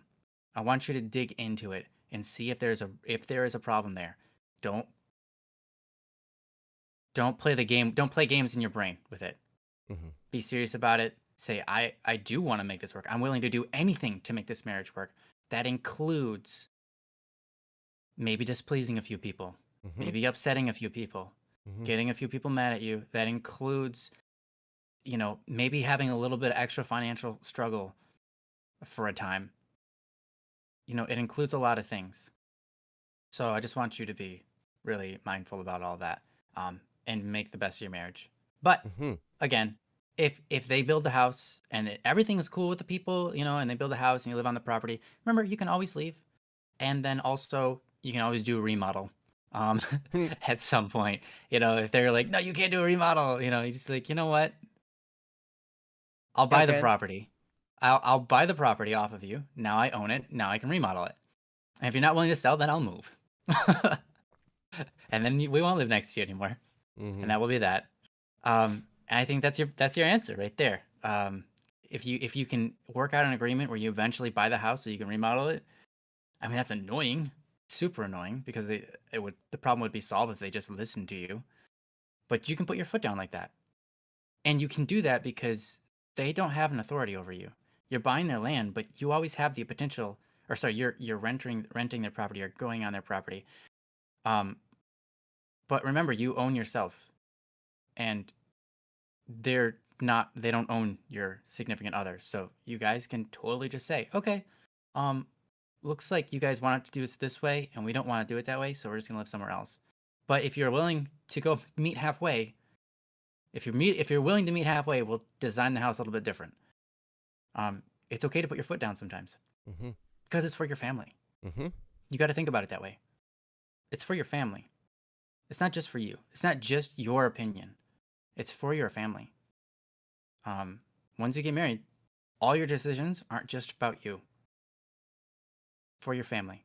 So you got to stand up for your family when your family needs you to stand up for them. And this is a moment when it's appropriate. And it's in a moment. This is a moment where it's appropriate. So yep. Anonymous, thank you. So much. Sorry for the bluntness. Yeah. Well, it's just a matter that's really important because your life isn't the only life that is going to be affected by this. Right. And yeah, marriage is super, super beautiful, super important, and we just don't want it to go the wrong way. We want it to be the best marriage for you you can possibly get. Yep, So it'll be hard all we enough care about. without this dimension. Oh yeah, marriage is a struggle no matter what. Hmm. You don't need to add this in Yeah. there. So, anonymous, oh my gosh. If you want to DM me, you can. My name is Pleb on Discord. 6992. Pleb 6992. Feel free to DM me if you want. Probably you don't want to after that. I'm okay. Yeah, I don't really want to. No. Cool. Well, thank you so much. Yeah. Um, so yeah, thank you so much for that topic. We're gonna go on to the next one. And also everybody in the chat, thanks for saying what you said, and all the hugs for Joe for sure. Joe, you did great. Thank you.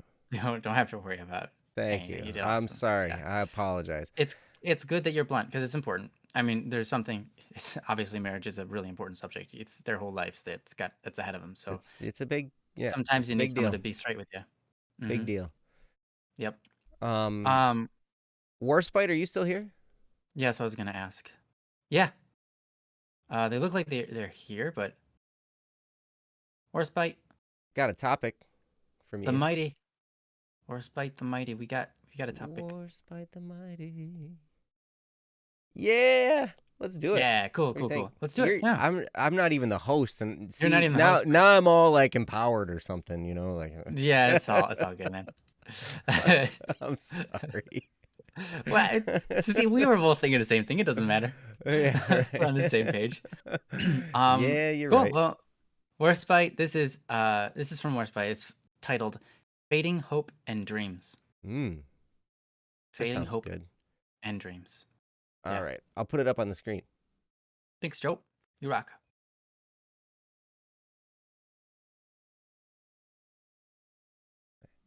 And now it's there.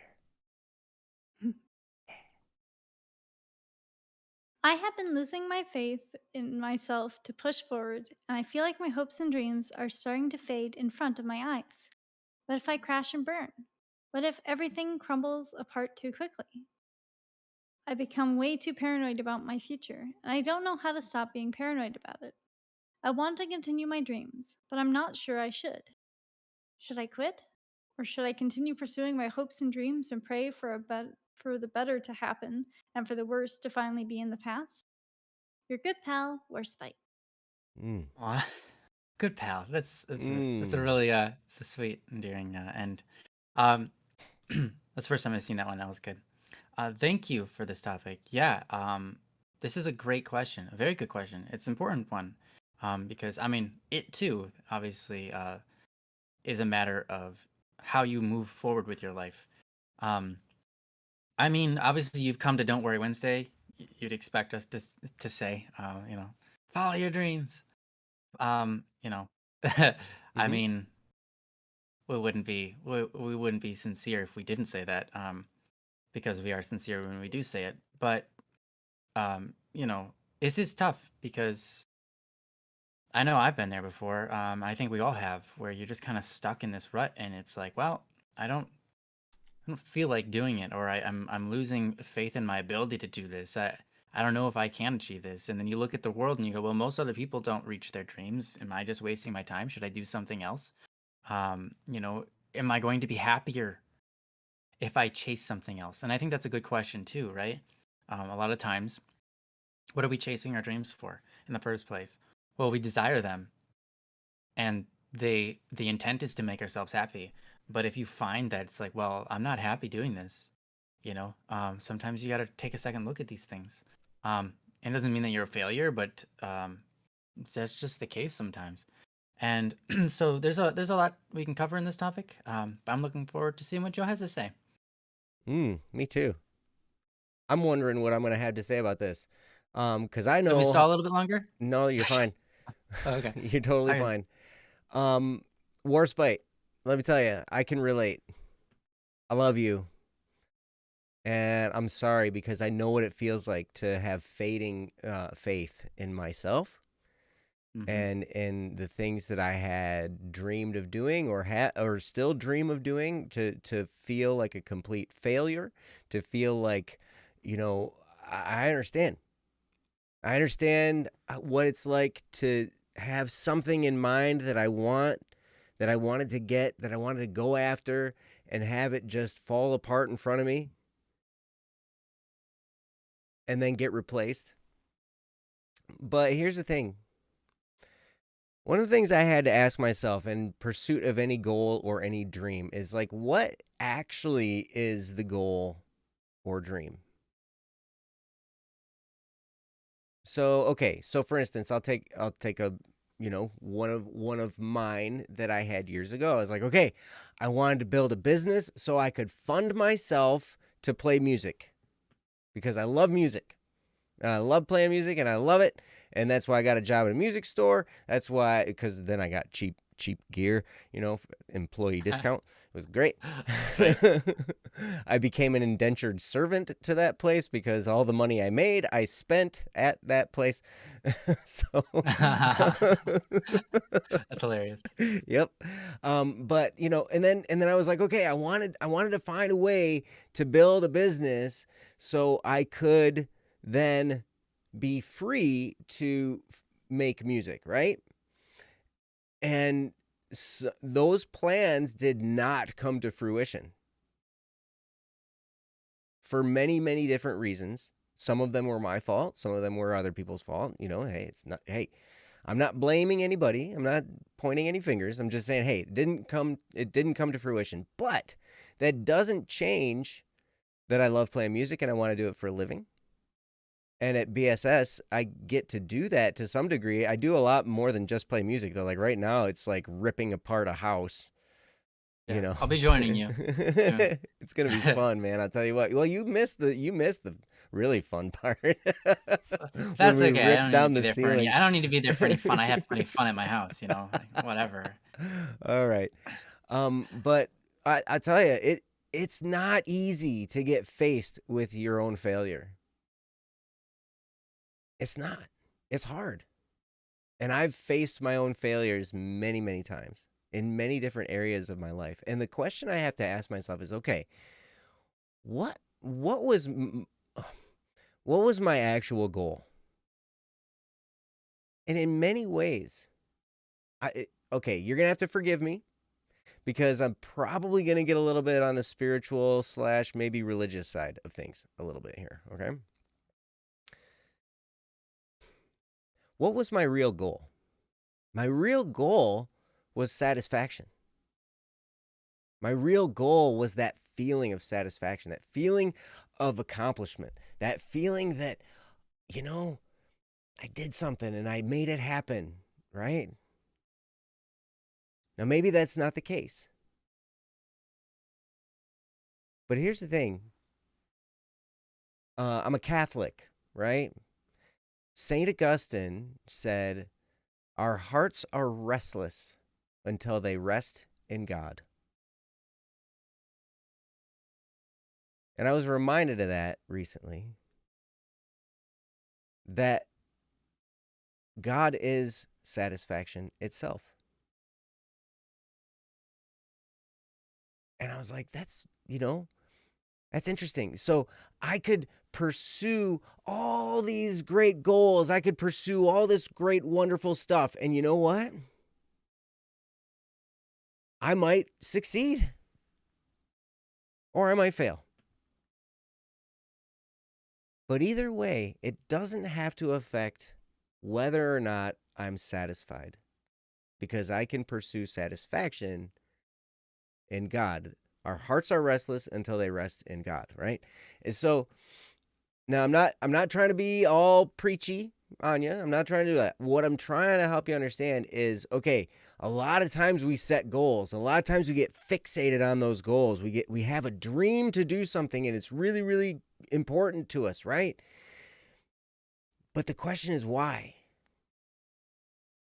Why is that dream important to us? Here's the other thing. Just because you don't get to your goal through a certain path That doesn't mean there isn't another path to that goal, right? I thought I was going to build a company and that was going to create passive income, and I was going to then be able to pursue music because I love playing music and I love it and it's great. That didn't happen. It all fell apart. And you know what? Then we formed BSS, and then Static P just like took off like gangbusters. And Gangbusters. yeah, it's amazing. Gangbusters, Static P.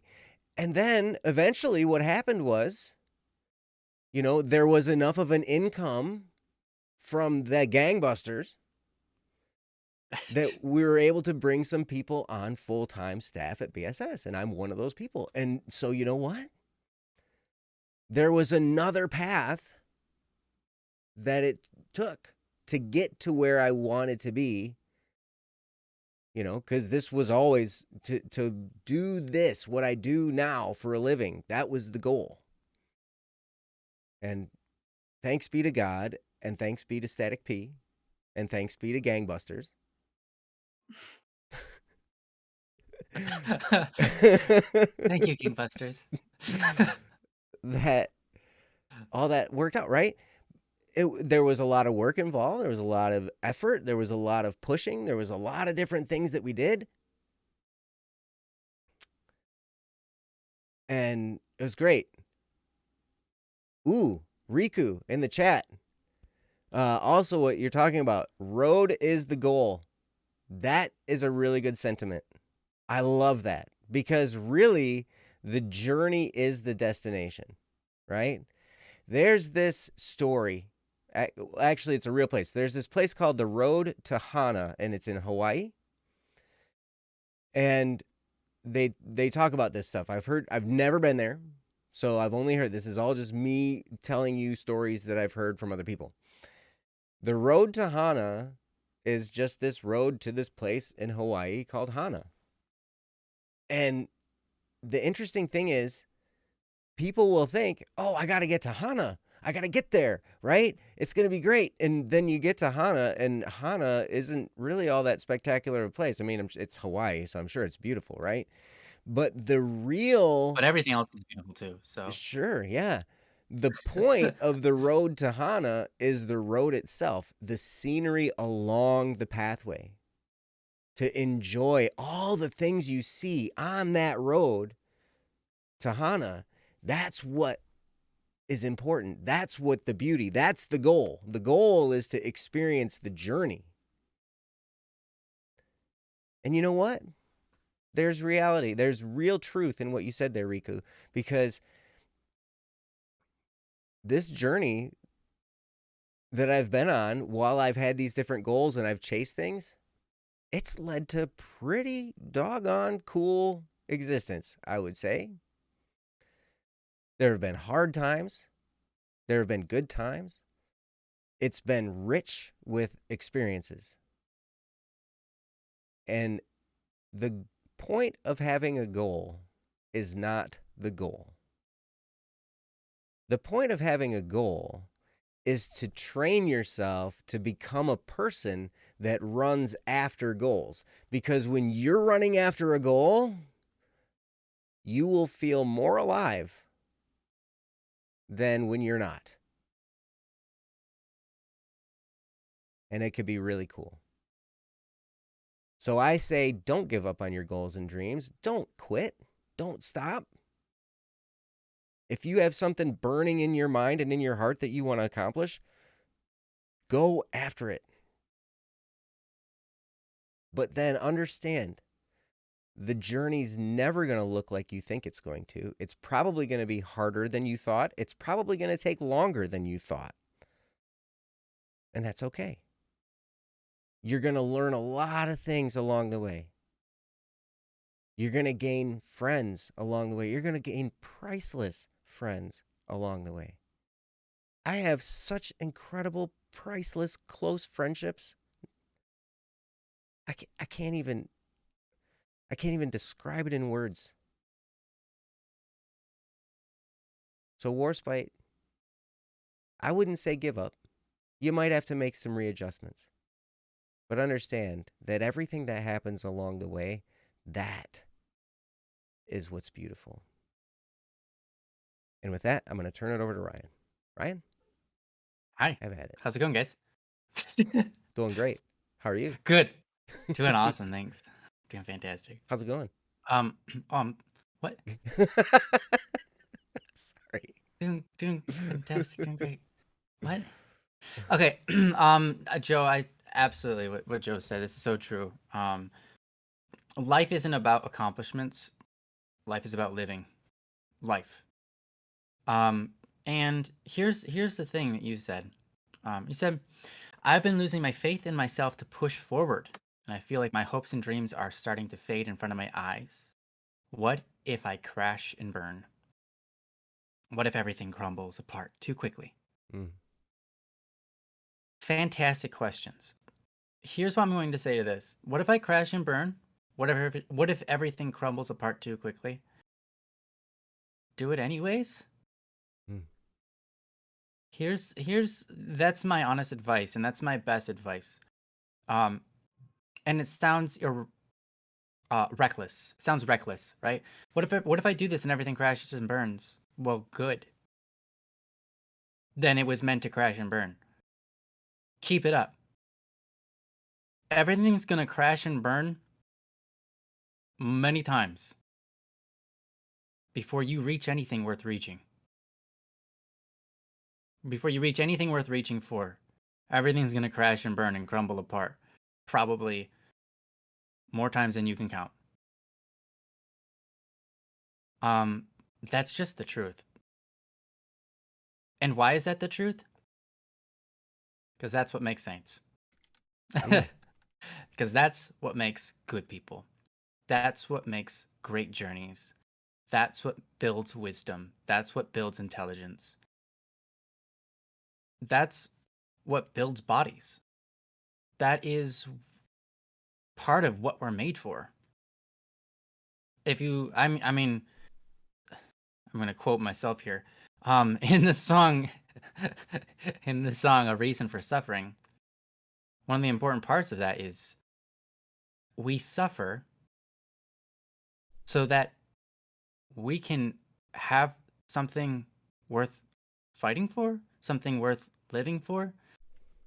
If you don't ever crash and burn, if you don't ever if things don't crumble apart in front of you, if your brain doesn't crumble apart itself, which sometimes will happen, you'll have breakdowns. My gosh.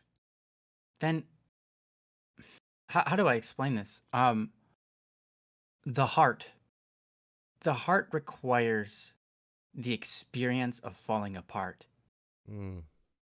to recognize value in things.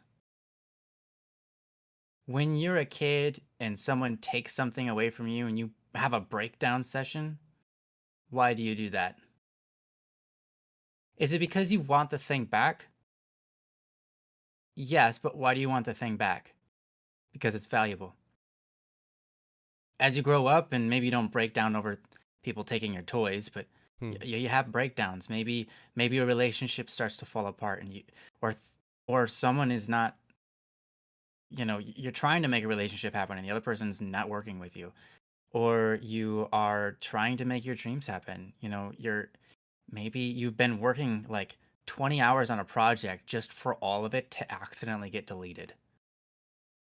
And you just have that breakdown moment. And you're like, why did I have that breakdown moment? Well, because it's valuable. And I think that that's really important for us. If anything's worth anything, it's gonna hurt. I mean, there are things that exist in the world that didn't require you to hurt to have it, right? That's true. And they're worth having. But the human heart runs off of that. The human heart runs on sacrifice. And sacrifice can be anything, any kind of suffering. And so recognize that your failing, that sometimes your own willpower, your will to continue on, the amount of energy left in you is drained, and you are just looking at yourself like a failure. That too, that feeling too is important, and it is a sacrifice that you give up um, to experience life at its fullest. Mm-hmm. I mean, what can we say of people who don't have very many struggles in life? Most of the time, what? Spoiled, rotten, no good.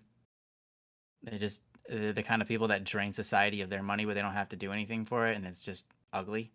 And you talk to them, and they're really just they they don't see you; they only see themselves. We see people like that. We meet people like that, and maybe it isn't even. Maybe they had their fair share of problems. But one thing I can bet you is if they did, they didn't solve those problems themselves. Those type of people turn out that way because they have problems and someone else solved them. Mm. That's the way that goes. Mm-hmm.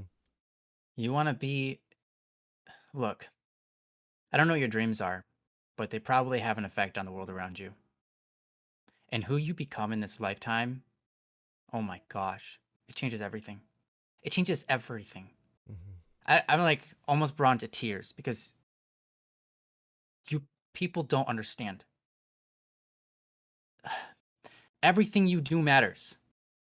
And everything you work on yourself to make a better person, it doesn't just make you a better person. It changes the world forever. And you say, oh, little me, oh, little Sue that I met, blah, blah, blah. I didn't see her doing anything. There are people that are dead I've never heard the names of, You don't need to know their names. Their effects last forever. When you, in the dark of night, when no one sees you, decide to do something evil and you sin, you do something, wrong. You steal from a store. You're like, well, they didn't need it anyways. They had like 20 of those on the shelf. Actually, they had like 200. And the store isn't really going to make much money on them. Blah blah blah blah blah. Or, I've whatever it is, it doesn't really matter. What you do to yourself in that moment prevents you from being the person that can literally just shape the world. Mm. You have people like, I mean, yeah, here's an intense, I guess, example. Mother Teresa. Mother Teresa, everybody knows who that is. Mm-hmm. You might not realize you've been affected by Mother Teresa, but the world around you is shaped differently than it was before she came. And she affected the lives of millions of people. Mm-hmm. With her presence, people who met her just felt different around her, and they felt more alive, and they changed the way that they lived because they met her. And they became more humble and loving people because they met her. And those people that that met her and changed their families, changed the people that they met, their friends. They influenced them. When you get around certain people, you act different. You respect them. You look at them and you go, "Wow, this person is a really good person." And when I get around them, I don't know, I just feel like I need to be a better person myself. I just feel charged with the Holy Spirit, if you will. And when you're in the dark of night and you just decide to do those evil things that no one will see, it only affects you. No one else hurts from it. It's only me. Well, it's not, because you prevented yourself from becoming something incredible. And likewise, if you experience these difficulties in life where things crumble apart, where things crash and burn, rejoice. Because if you overcome them, that's when you become the people that change the face of the earth. That changes the way people speak around you, changes the way people think when they're around you. It's because you've triumphed over those things. And when you triumph over those things, you triumph over yourself and you triumph for everybody. You have a victory for everybody to share. And that's beautiful. So if you are losing faith and hope in yourself, and you have these dreams and they're just kind of crumbling apart, and you're afraid of them crashing and burning, that's okay. It's okay to have that fear. But don't fear what could be. Don't fear the problems, because the problems are what's going to shape you into success. I mean, here's a really easy example we all see. You have people who become famous when they're kids, Mm-hmm. and they're not ready for it. They haven't fought enough problems in their life. They are not smart or wise. They just are famous, and they get loaded with a bunch of money and respect for no good reason. And we watch them, and they turn into things that are not good for society. And they have influence over a bunch of people in bad ways. And we see that. We see the effects of it. I'm not going to give any examples because that's rude, but you all know people who have, you all have seen that. That's what can happen to you if you're chasing a dream and you don't crash and burn once or twice. Mm. Because you become a person with influence and success that's now not right or fit for the job, not right or fit for that kind of respect or power over people or whatever it is. I write music to affect people's lives, and a lot of people write music without that intention or with that intention. We all have different views. Um, and the best stuff, the best stuff that affects people's lives in a good way are things that are taken from those times where you crash and burn, from the times when things fall apart. So it's important to recognize that those moments are glorious. Those moments, I don't mean to say you should force them or you should seek them, but you should rejoice in them, because those are the moments that aren't just a victory for yourself when you beat them. They are a victory for all humankind. Mm. Because what you do and who you become changes everybody who interacts with you. So act wisely. I mean, honestly, act wisely and chase dreams. I mean, one final thing, I've said it many times before, we weren't put here for our security. You know, that's obvious. Things aren't secure here on Earth. They're in a state of chaos at all times. Mm. So don't chase mediocrity. Don't chase being quiet. Don't chase being secure. Security is a stepping stone on success. It's something you achieve for a limited amount of time before you die. Sometimes it comes in spurts. Main character, that's right. Mm-hmm. It's we're put here. I mean, I'm sorry to be religious. If you're Catholic, you know why we're put here. We're put here to become saints, and you don't get that just by existing. You get that through the battle. Um, but if you're not Catholic or you're not Christian, you don't believe in saints, etc. You're still put here, and what you do matters. And there's no point. I mean, if you're just gonna die like everybody else and disappear, why are you gonna sit there and live your life live a life of mediocrity where it live it live its ups and downs, right? Don't try to get that middle line where you're neither happy or sad. Don't be so afraid of the struggle. Don't be so afraid of sadness. Don't be so afraid of depression. Don't be so afraid of struggling and pain that you never achieve glory, that you never achieve happiness truly, that you never feel alive. Don't be riding that line of, oh, everything I do in life is to avoid pain. You know how many people live that life? Hmm. So many, and it's awful. It's not okay. It's not okay. And the world we live in tries to get people on that line, tries to pave the line for everybody to live that life. To just fit in. Don't worry about. Don't step outside the line. Don't look weird. Don't chase your dreams. They're not gonna happen anyways. Don't be rocking the boat. We're all in this boat. Don't be rocking it. That's not what life's about. Let the boat fall over. People are gonna get wet. It's okay. It's okay.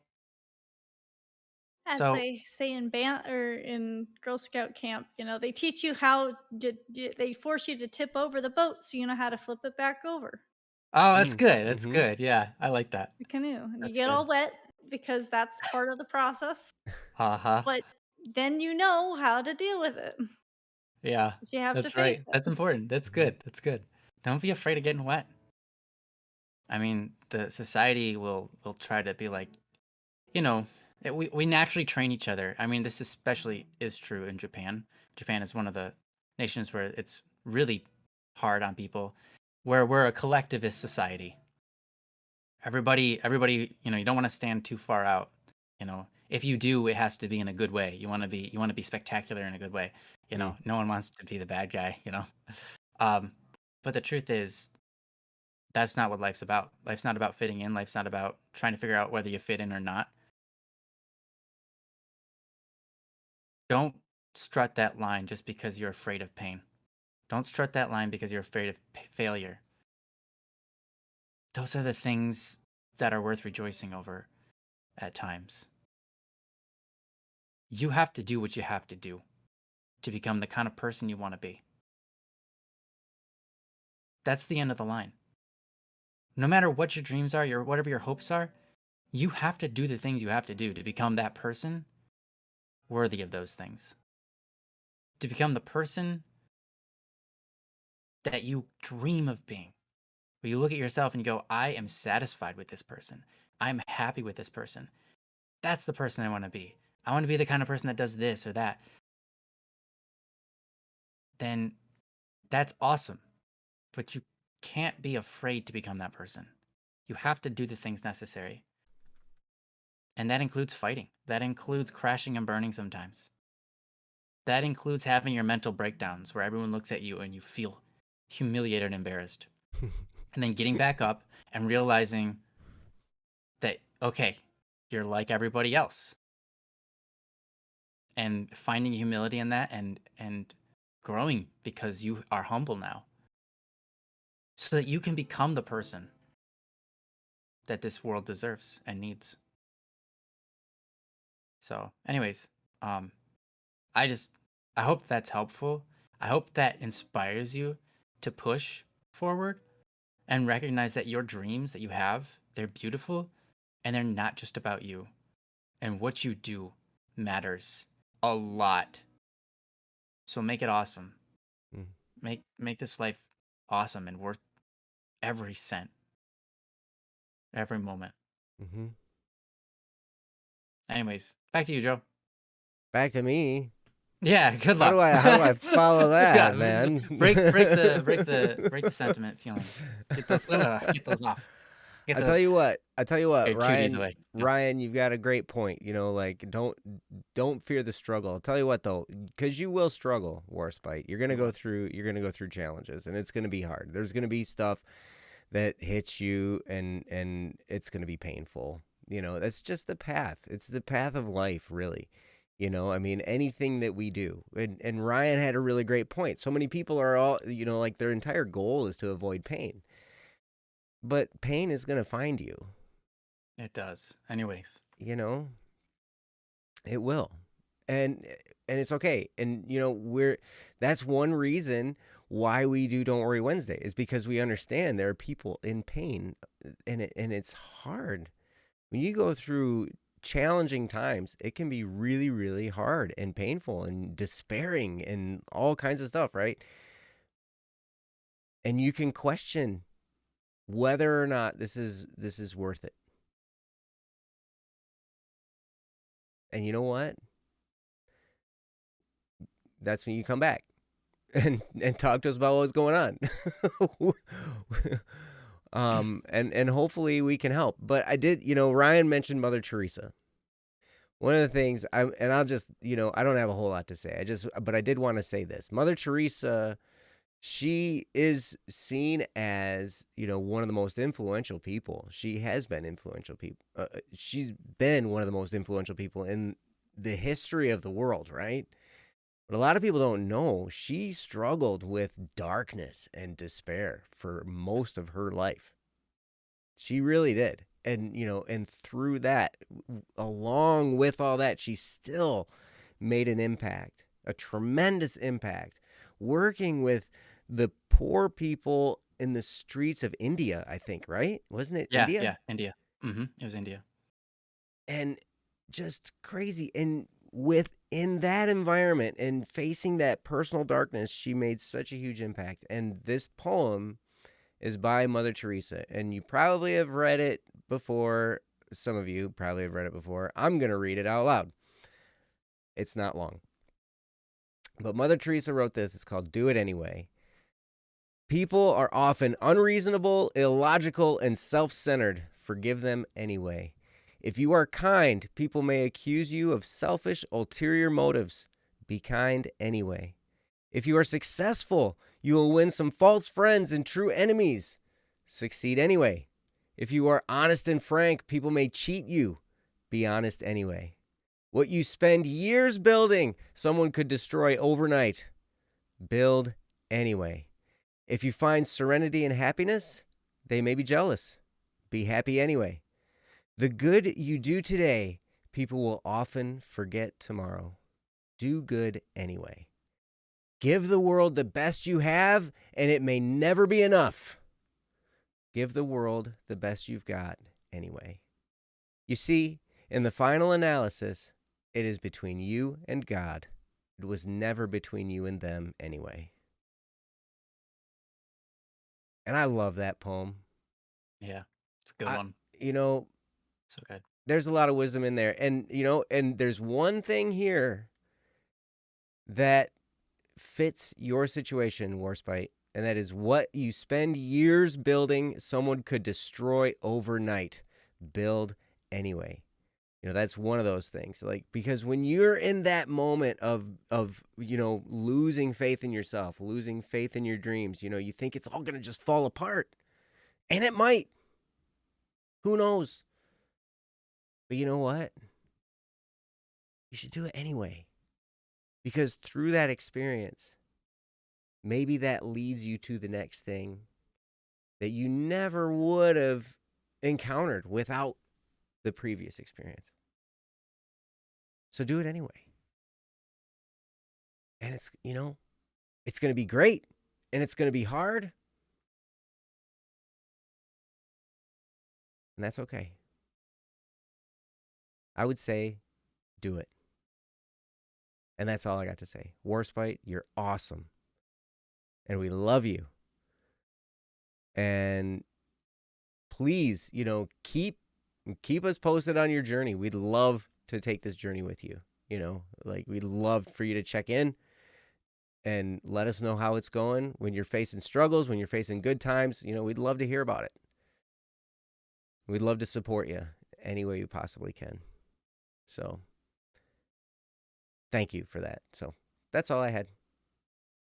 Awesome. Well, I think that about concludes the show. We went 18 minutes over, but that's okay.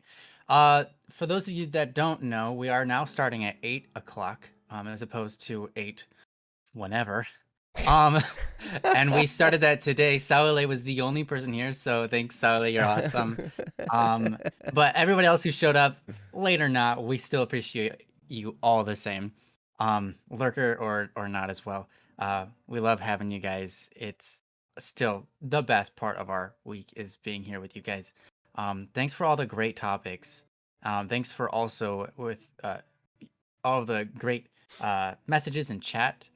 You guys don't know this, but a lot of times you say things that make us think of like, oh yeah, I have to talk about that. And if you didn't say them, we wouldn't ever talk about them. So thanks for doing that. And it also helps because you guys have wisdom that we don't have. So we can always benefit from that. So thank you guys so much. We love you. And you guys are just the best. We hope you have an awesome rest of your week. And we'll see you next Wednesday on Don't Worry Wednesday. Take care, guys. We love you. Bye bye.